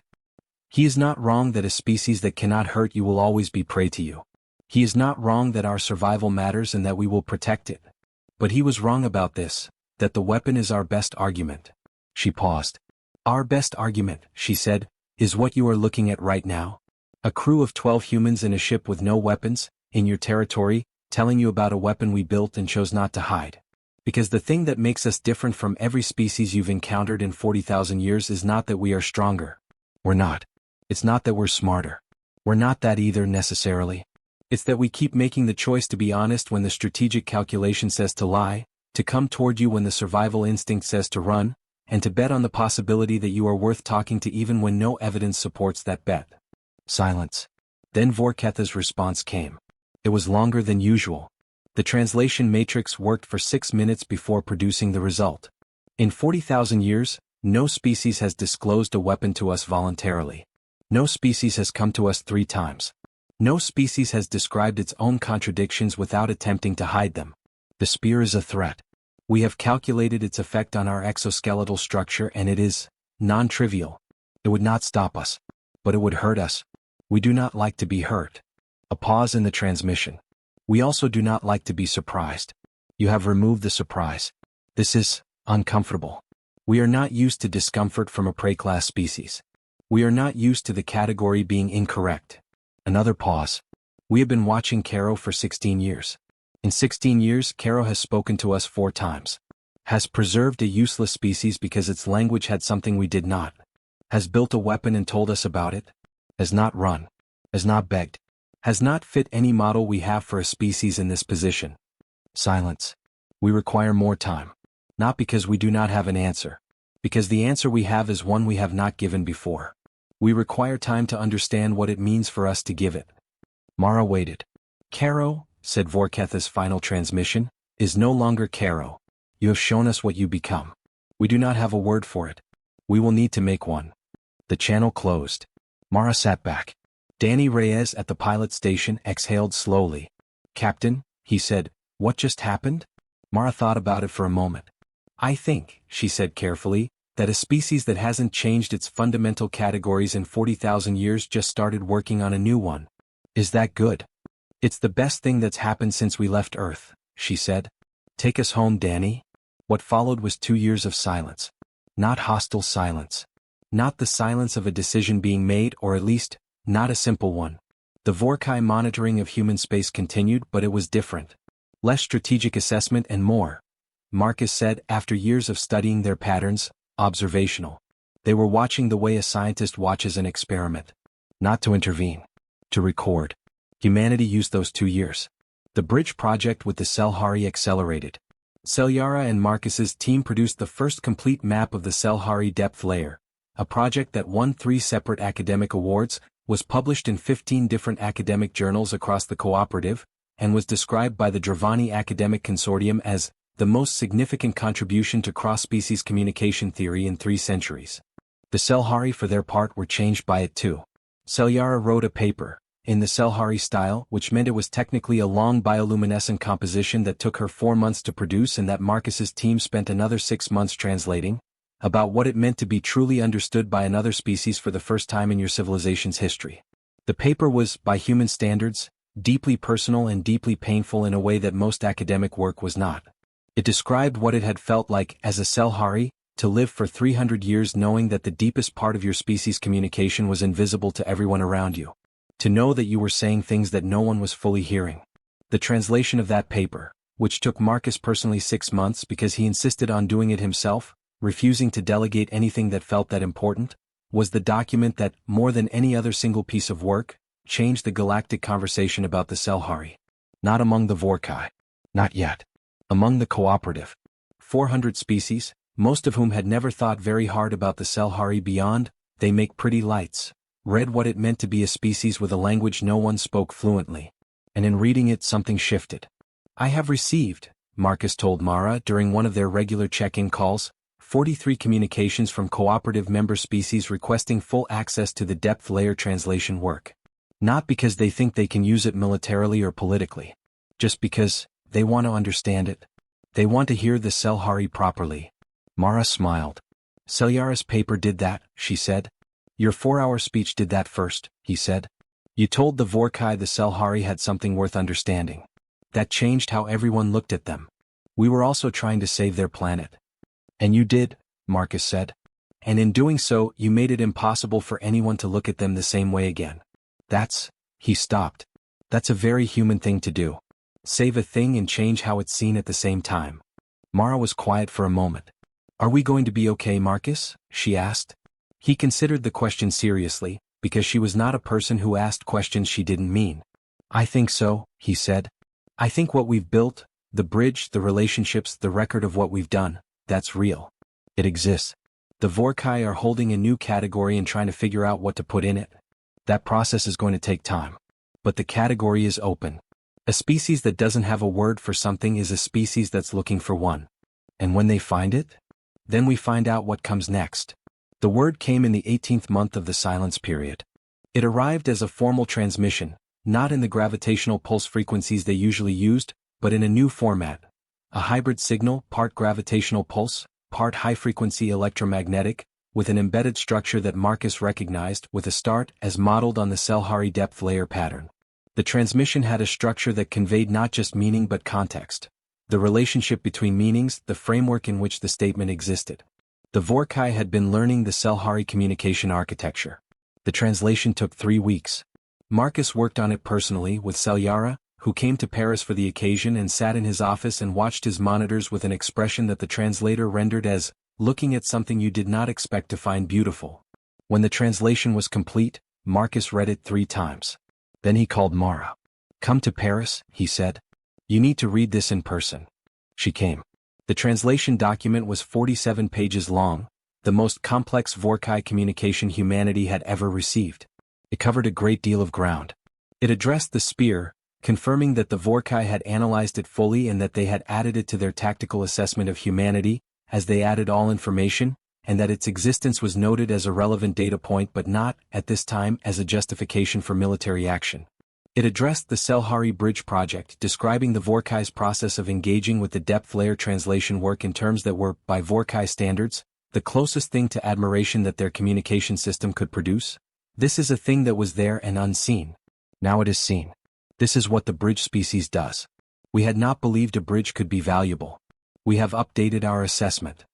It addressed the 3 encounters, the perseverance, the Salhari intervention, the spear disclosure, and described each one in terms that made clear the Vorcai had been analyzing them continuously in detail over 16 years.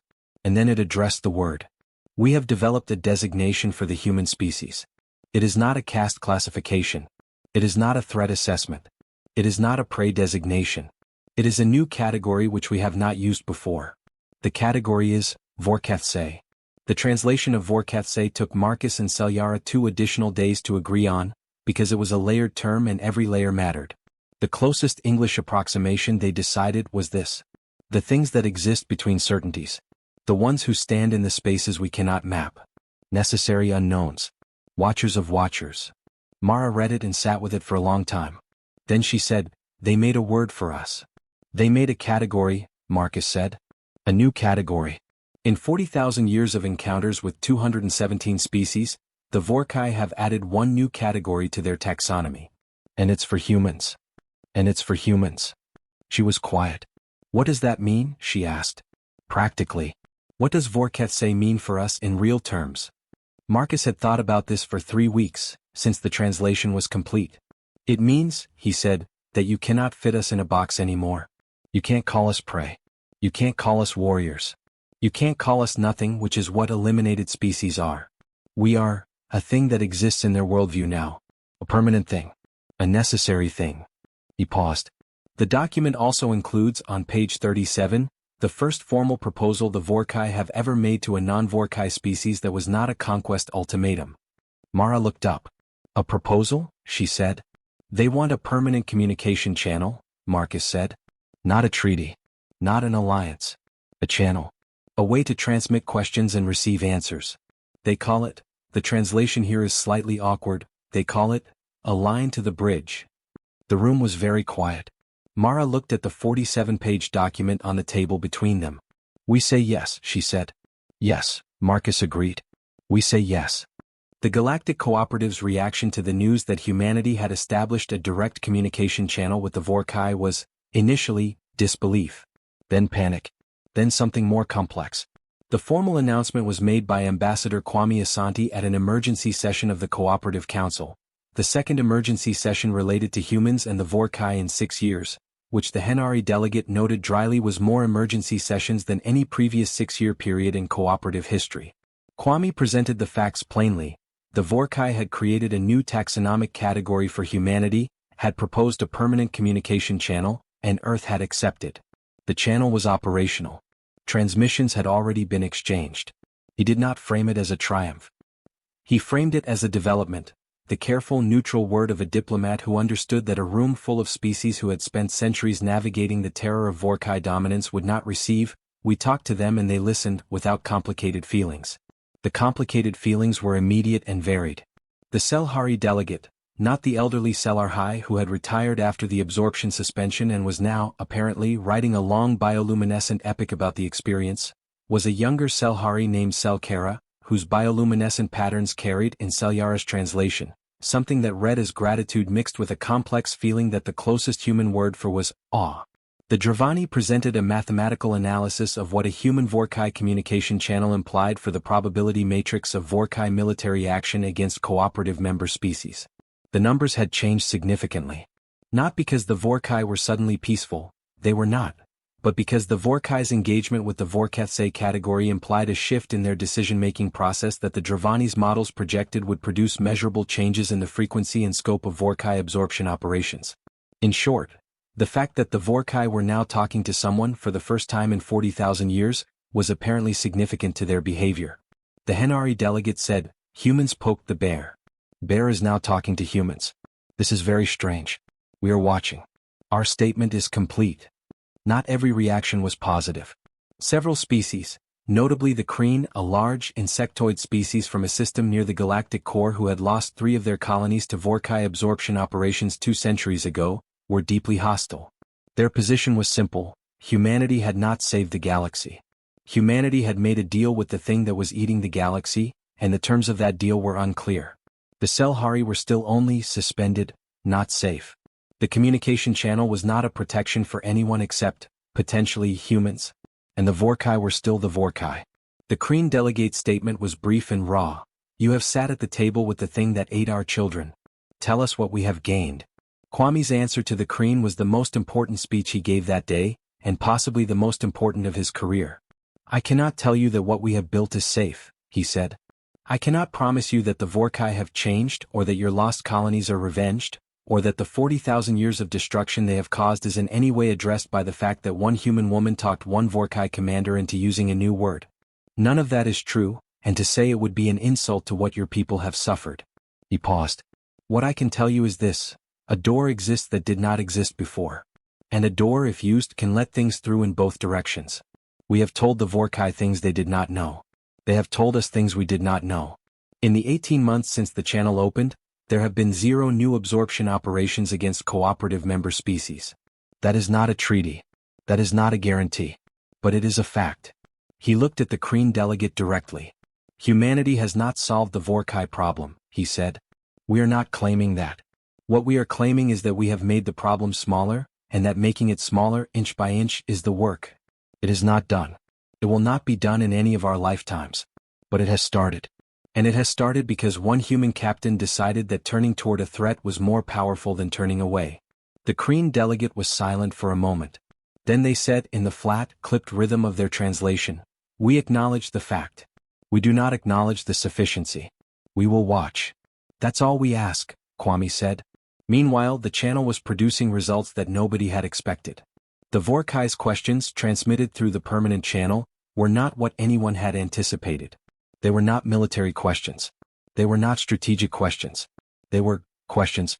In the first 3 months, the Vorcai transmitted 47 questions to the human channel team, which was now a dedicated unit of 30 people operating from a facility in Iceland. The questions covered a range of topics that Marcus described in his notes as the questions of a species that has spent 40,000 years being certain and is now encountering things that don't fit its certainty. Questions like, what causes a species to preserve the memory of individual loss rather than collective loss? The Vorcai record species lost.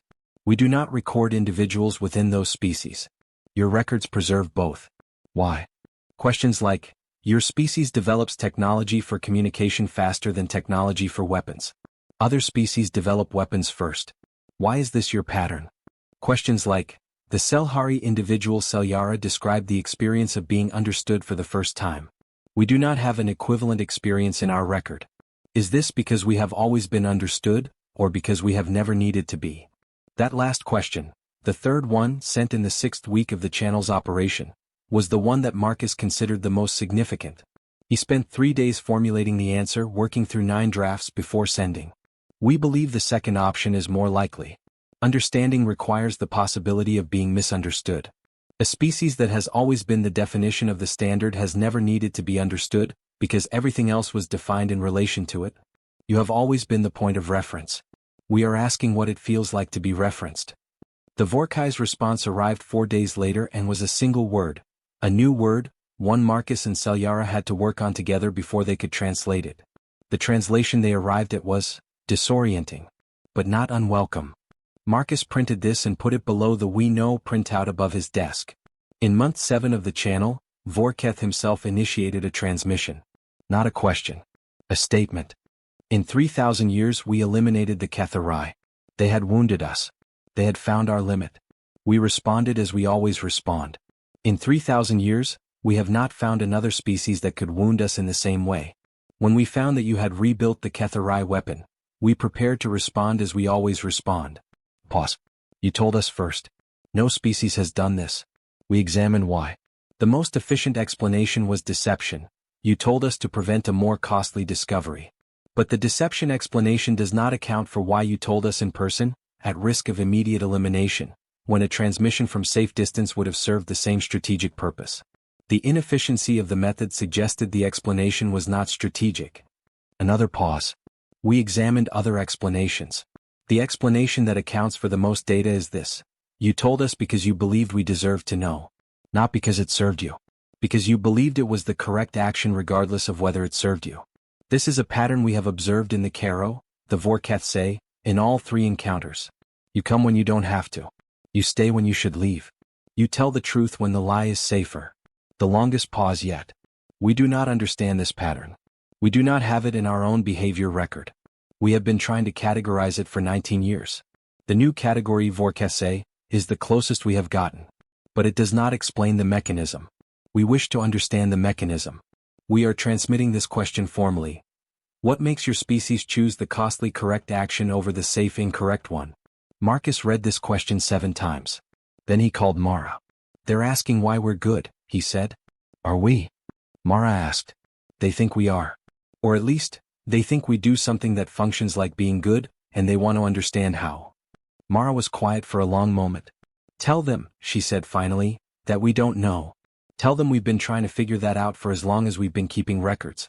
Tell them it has something to do with the fact that we remember things, individuals, losses, failures, and that memory creates obligation. Tell them that a species that remembers its dead is a species that is always being watched by its past, and that changes what you're willing to do in the present. Marcus wrote it down.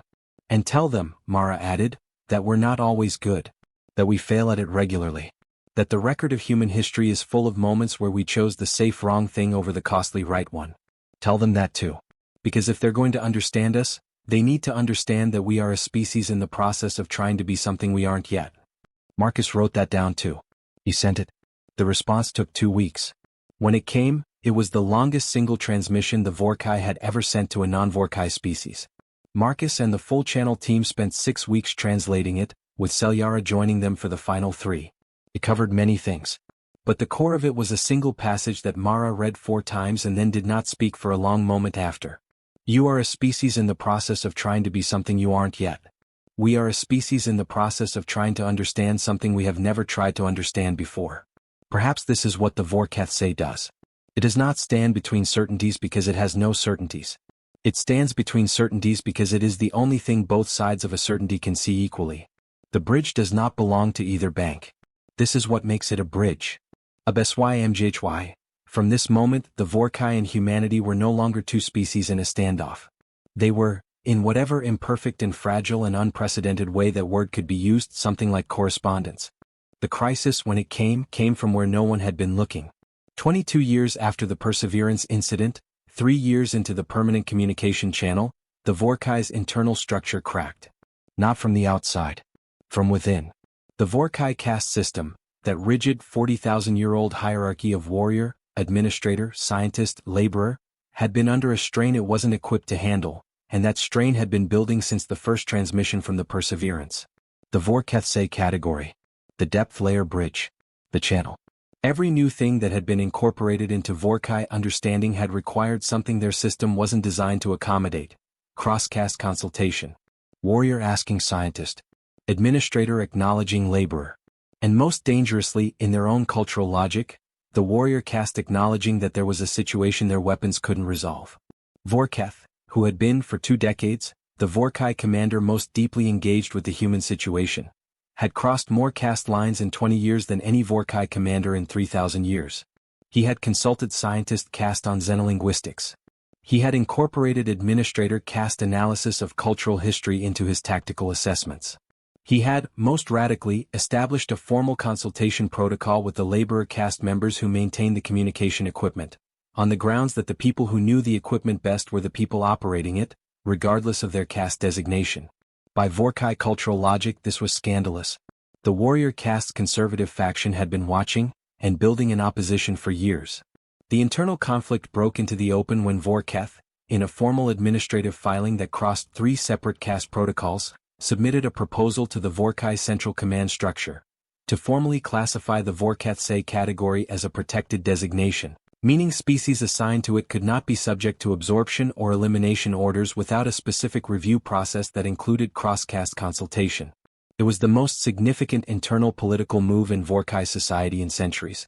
The conservative warrior faction's response was immediate and violent, not physically but in the structural sense of Vorcai political combat, which was conducted through formal challenges, withdrawal of caste support, and in extreme cases, the declaration of a resolution challenge, a ritualized form of institutional combat in which the challenged party had to defend their position before a council of senior warrior caste members using only warrior caste-approved logic and argument. Methods. A resolution challenge could not include cross-caste evidence. It could not include testimony from non-warrior species. And it could not be resolved without a ruling that one faction's position was, by Vorcai warrior logic, demonstrably superior. Vorketh was facing the possibility of losing not just his proposal but his position, his rank, and, depending on the ruling, potentially his life. The Vorcai did not have capital punishment for political failures, but they had something close. Permanent caste demotion, which for a warrior caste commander of Vorketh's seniority effectively meant removal from meaningful existence. The channel team on Earth received the news through a compressed, fragmented transmission that Vorketh sent under what appeared to be time pressure. The translation was rough, but the core message was clear. The internal situation is unstable. The proposal is under challenge. If the challenge succeeds, the Vorketh's category will be formally revoked and the previous assessment protocols will be reinstated. This means the channel closes. The bridge function is no longer recognized. And the pending questions. There was a break in the transmission. The pending questions regarding your species and the Salhari will revert to standard assessment. I am transmitting this because the Vorketh does not hide information from the bridge. This is information. Marcus read the translation and understood immediately what it meant. If Vorketh lost the resolution challenge, the Vorcai would no longer have a category for humanity. Without a category they had two options, absorb or eliminate. And after 22 years of watching, they had gathered enough information about human civilization to make either option devastatingly effective. He called Mara. How bad? She asked before he could speak. Existential, he said. For us, for the Salhari, potentially for several other species in the channel's orbit. She was quiet. What can we do? She said. Nothing that affects the resolution challenge directly, Marcus said. It's an internal Vorcai procedure. There's no mechanism for external input, and attempting to interfere would be read as exactly the kind of threat that could tip the conservative faction's argument against Vorketh. So we wait. We wait. Another silence. Marcus, she said. Yes. What would you do? If you were Vorketh? Facing a room full of people arguing that everything you've done was wrong and the old way was right. What would you do? Marcus thought about it. I'd tell the truth, he said. I'd tell them what the evidence shows and let them reckon with it. And if their rules don't allow external evidence? Then I'd make the internal case. I'd find the moments in their own history that prove the point. Pause. Vorshan, Mara said. Yes. And Vorsheth. Yes. And every other instance in their own record of a warrior who broke a rule and saved a situation. Marcus, she stopped. Send him the library files. Everything we've compiled on Vorcai internal history. Everything we found. Not as external evidence, as a reference. Something he can draw on to build the internal case. We can't, Marcus started. We can transmit it. We can't control what he does with it. But we can give him the information. If the conservative faction intercepts that transmission, then they know we're helping him and they have to decide what that means, Mara said. Which is itself information about what the Vorketh is. Marcus was very still. You want to make the transmission, he said, with the expectation that it might be intercepted. I want to be honest, Mara said. I want to do what we've always done. Come toward the situation. Tell the truth. And let them decide what to make of it. Marcus said nothing for a moment. Then, I'll have the files ready in 12 hours. The transmission went out. Compressed, formatted, labeled clearly as originating from the Vorketh's bridge team on Earth. Addressed to Vorketh's command frequency. It contained everything. 347 documented instances from Vorcai history in which a cross-caste action had produced superior outcomes to a within-caste action. Every case the library had found. Every Vorshan and every Vorsheth and every unnamed, uncelebrated warrior who had, at some point in 40,000 years, asked a question outside their caste-defined territory and found an answer that changed the situation. 347 cases. It took Marcus's team 8 straight hours to compile, verify, and format them. It was the most powerful argument they could make, and it was made entirely in the Vorcai's own language from the Vorcai's own history, without a single piece of external evidence. The conservative faction's counter-response, when it came, transmitted on open frequencies as political communications in Vorcai society often were, because the Vorcai believed in the transparency of institutional power, was fierce. They acknowledged the transmission. They acknowledged its source. And they submitted it as evidence that Vorketh had been compromised, that a species operating as a bridge between certainties had, in fact, inserted itself into a Vorcai internal process, proving that the Vorketh's designation was itself a vulnerability. It was, Marcus admitted, a smart argument. Whether it was the right argument was what the Resolution Challenge Council had to decide. The Resolution Challenge took 4 days. On Earth and Iceland, the channel team didn't sleep much. On Luminera, Salhari and Marcus spoke on a secure line every 6 hours, sharing updates and sitting with the possibility that everything they'd built was about to be dismantled. Mara in her apartment didn't sleep at all. She sat at her desk and looked at the star chart and thought about 42 people on a survey ship and a gravitational pulse that had resonated through the hull like a very large bell being struck. She thought about what it meant that after 22 years, the thing she was afraid of was not death. It was the end of the possibility. The closing of the door. The reduction of the infinite complexity of the situation back into the simple, terrible arithmetic of predator and prey. On the morning of the 4th day, the channel lit up. Vorcai's transmission was short. The resolution challenge was completed. The ruling was, Vorcai's position was found to be consistent with warrior caste precedent, specifically citing 329 of the 347 submitted historical cases as valid internal evidence. The 17 excluded cases were excluded on technical grounds of caste classification, not on merit. The Vorcai category is upheld. The proposal for protected status is under further review, which will take additional time. The conservative faction has formally noted their objection. This objection is part of the record. The matter is not fully resolved. But the immediate challenge has been defeated. The bridge stands. In Iceland, the channel team made a great deal of noise that was difficult to categorize as either professional or dignified. In Paris, Marcus Cole sat at his desk for a long moment, looking at the wall above him, the "We Know" printout, the 12 pages of the first major Vorcai communication, the 6 weeks of the depth layer translation project, and now the single line, "The bridge stands." He put his head down on the desk. He stayed that way for about 3 minutes. Then he called Mara. She picked up on the first ring. "I know," she said. "Yeah," he said. A long silence. "Marcus," she said. "Yeah." "Caro," she said. He laughed. The kind of laugh that comes out when the pressure breaks and the only thing your body knows to do with the relief is to make sound. "Caro," he agreed. The word, obliterated, in the story of humanity and the Vorcai was not, as the Galactic Cooperative eventually came to understand, a word that belonged to the humans. It was a word that belonged to a way of seeing the world. The Vorcai's 40,000-year reign of dominance had been built on a philosophy, the philosophy that power determined reality, that hierarchy was the only organizing principle that the universe acknowledged, that species existed in a single dimension of strong and weak, predator and prey, alpha and everyone else. That philosophy, the thing that had justified every elimination, every absorption, every 4-billion-year-old ecosystem converted to a resource extraction site, was what got obliterated. Not by a weapon. Not by a fleet. Not by a war that humanity could never have won.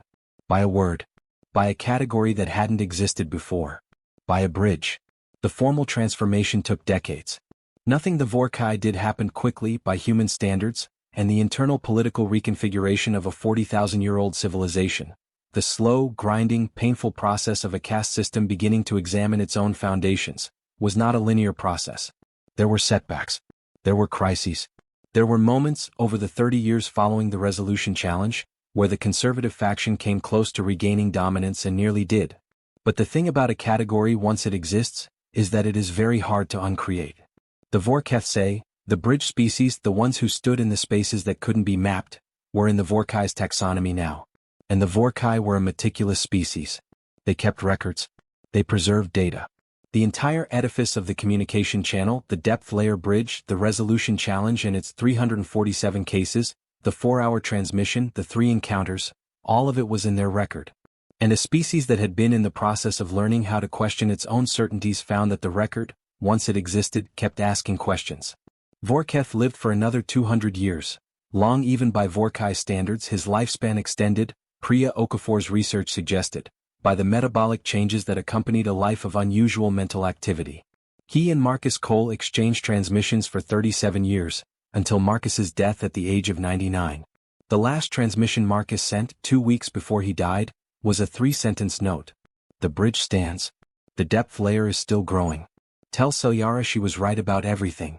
Vorcai's response arrived 3 days after Marcus died. His team, reading it for the first time without him, found it was the longest personal communication Vorcai had ever sent to a single individual, 12 pages in the Vorcai Salhari hybrid format they developed together, in the depth layer style that carried meaning and context simultaneously. The translation took a month. The core of it said, "In 400 years of command I have watched many things. I have watched species collapse. I have watched systems fall. I have watched certainties become ruins. I had believed this was the nature of the universe, that all things approached the alpha and the alpha remained. I was wrong about the approach. Things do not approach the alpha. They approach each other. The alpha was a story we told about what standing alone looks like. Your Marcus showed me what standing together looks like. I am keeping the record. The record of what he built will outlast both of us. I am adding his name to the Vorcai archive. He is the first non-Vorcai individual we have recorded. He will not be the last. Mara Voss lived to 93. She spent the last decade of her life at the library, not working exactly though she couldn't entirely stop, but present. Reading. Talking to the scholars who had come after her, the young xenolinguists and behavioral psychologists and communicators who had grown up in a world where the Vorcai were not simply a nightmare at the edge of the map but a complex, evolving, still dangerous but no longer absolutely terrifying presence in the broader galactic community. She didn't think of herself as having saved anything. She was careful, in every interview she gave, in every talk she was asked to make to every committee and council and school group that wanted to hear about the beginning, to resist the narrative of the hero. Because the hero narrative was a lie and she'd spent too long studying species that told themselves the hero narrative to have any patience for it in her own life. What she said when people asked her how she had done it was always something like, "We paid attention. We showed up. We told the truth when lying was easier. And we didn't stop." Which is, if you think about it, not a very dramatic answer. It doesn't make for a clean story. It doesn't have a single moment of triumph that you can point to and say, here is where it turned. But that was the truth of it. It turned in a survey ship with 42 scared people. It turned in a 4-hour transmission. It turned in a linguistic project that took years and produced something beautiful. It turned in a spear that could have started a war and didn't. It turned in a resolution challenge that might have ended everything and didn't. It turned in 347 moments in Vorcai history where someone had crossed a line that wasn't supposed to be crossable and found that the world on the other side was not a catastrophe. It turned and kept turning, and the turning was the work.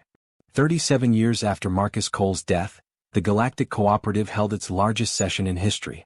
712 species, more than at any previous gathering, assembled in the new orbital station above Luminara. The Salhari had insisted the station be there, and the cooperative had agreed because the symbolism was too important to ignore. The world that had almost ended was now the center. The session's purpose was to formally ratify the Vorcai Accords, named deliberately in the Vorcai's own language because the Vorcai had been the ones to name the thing, and the thing had named itself in the act of coming into being. The Accords were not a peace treaty. They were more than that and less than that, in ways that made traditional diplomats uncomfortable and that Mara, reading the final text from her study at the library, thought was exactly right. They established for the first time in the galaxy's documented history, a formal framework for what happened when a dominant species and a non-dominant species entered a relationship that was not conquest. They established the principle of the bridge, the idea that some species existed not at the top or the bottom of any hierarchy, but between them, and that this position was a function, not a flaw. They established the Vorcai designation as a formal status in the new cooperative charter, protected under terms that the Vorcai had helped draft. They also established, in the most quietly radical passage of the document, a principle that had no precedent. The designation of alpha, the sole determining species, the apex of the hierarchy, is hereby recognized as a category error. There is no alpha species. There are dominant species and there are other species, and the relationship between them is not fixed and is not terminal. The galaxy is large enough that no single species certainty can contain it. This is a fact, not a policy. This document acknowledges the fact. The Vorcai delegation, led by Vorcai's successor, a young commander, by Vorcai standards at 90 years old, named Vorcai, who had grown up in a world where the channel existed and who had, as a consequence, a relationship with uncertainty that her predecessors would not have recognized, signed the accords alongside representatives of 711 other species. When Vorcai's signing mark, a bioluminescent pattern pressed into the document's light-sensitive surface, was recorded, the session erupted in something that the translators across 700 languages rendered as celebration, relief. Something that had no single word in most languages but that every species in the room felt in the shared recognition that the world had just become, in some small and permanent way, different. On Luminara, the 4 billion Salhari, whose number had grown over the intervening decades, as the species found its footing in a world that was no longer simply waiting for the day it ended, produced a bioluminescent display that was visible from the orbital station above. Salhari, who had lived to 600 and was one of the oldest people in the room, watched it and said, in the depth layer format, in the way that conveyed not just meaning but the entire framework in which meaning existed. We were heard. That is all any species ever wanted. We were heard. Back on Earth, in the library in Iceland that had been Marcus Cole's domain for 30 years, a wall had been preserved exactly as he'd left it. The We Know printout, the Vorcai's first direct response to humanity, from month 18 of the preparation period. The 12-page document, the first major communication after the Salhari incident. The single word, disorienting. But not unwelcome. And below them all, pinned there at some point during the final year of Marcus's work, a handwritten note in his precise, small handwriting. We are not the strongest. We are not the fastest. We are not the most durable or the longest lived. We have no exoskeletal plating and no graviton shredders and no void lances. What we have is this: we show up. Again and again and again. We show up and we pay attention and we tell the truth and we stay. In a galaxy that has spent 40,000 years learning what the alpha looks like, we showed it what the bridge looks like. And it turned out the bridge was what was missing. HFY. From this moment forward, the alpha had been considered unassailable. And then the bridge came. And the alpha was not obliterated by force, because force had never been the point. The alpha was obliterated by the thing force cannot survive indefinitely. A better idea. The Vorcai were still the Vorcai. They were still powerful, still dangerous, still the most formidable military civilization in the known galaxy. They still had their caste system, though it was changing, slowly, in the way that things change when the questions start. Not all at once, not in revolution, but in the slow accumulation of moments where someone crosses a line that wasn't supposed to be crossable and finds the world on the other side. But they were no longer alpha. Because alpha, it turned out, had never been about being the strongest. It had been about being the only one. And they were not the only one anymore. They were, in the vast and complicated and imperfect and continuing story of a galaxy learning to talk to itself, one voice among many. Caro had become something they didn't have a word for. And then they'd made a word for it. And then they'd changed the galaxy. Not because they were the strongest, because they kept showing up. Epilogue. In the library archive on Earth, alongside Marcus Cole's wall, there is a single image. It was taken from the Perseverance's sensor logs. A composite image assembled from the raw data of that first encounter 47 years ago. It shows, in false color rendering that makes the invisible visible, the gravitational fields of the 17 Vorcai warships surrounding the small, fragile shape of the survey vessel. David and Goliath doesn't capture it. The scale is wrong even for that. The survey vessel is a comma in a sentence written by something immense. But it's there. And it's turned toward the fleet, not away. Underneath the image, Mara wrote in the same small handwriting as Marcus. We are not the alpha. We were never trying to be. We were trying to be something harder and stranger and more necessary, the species that talks to the alpha and changes what alpha means. Caro. Vorcai. Bridge. Not the strongest, never the strongest, just the ones who stayed. The end.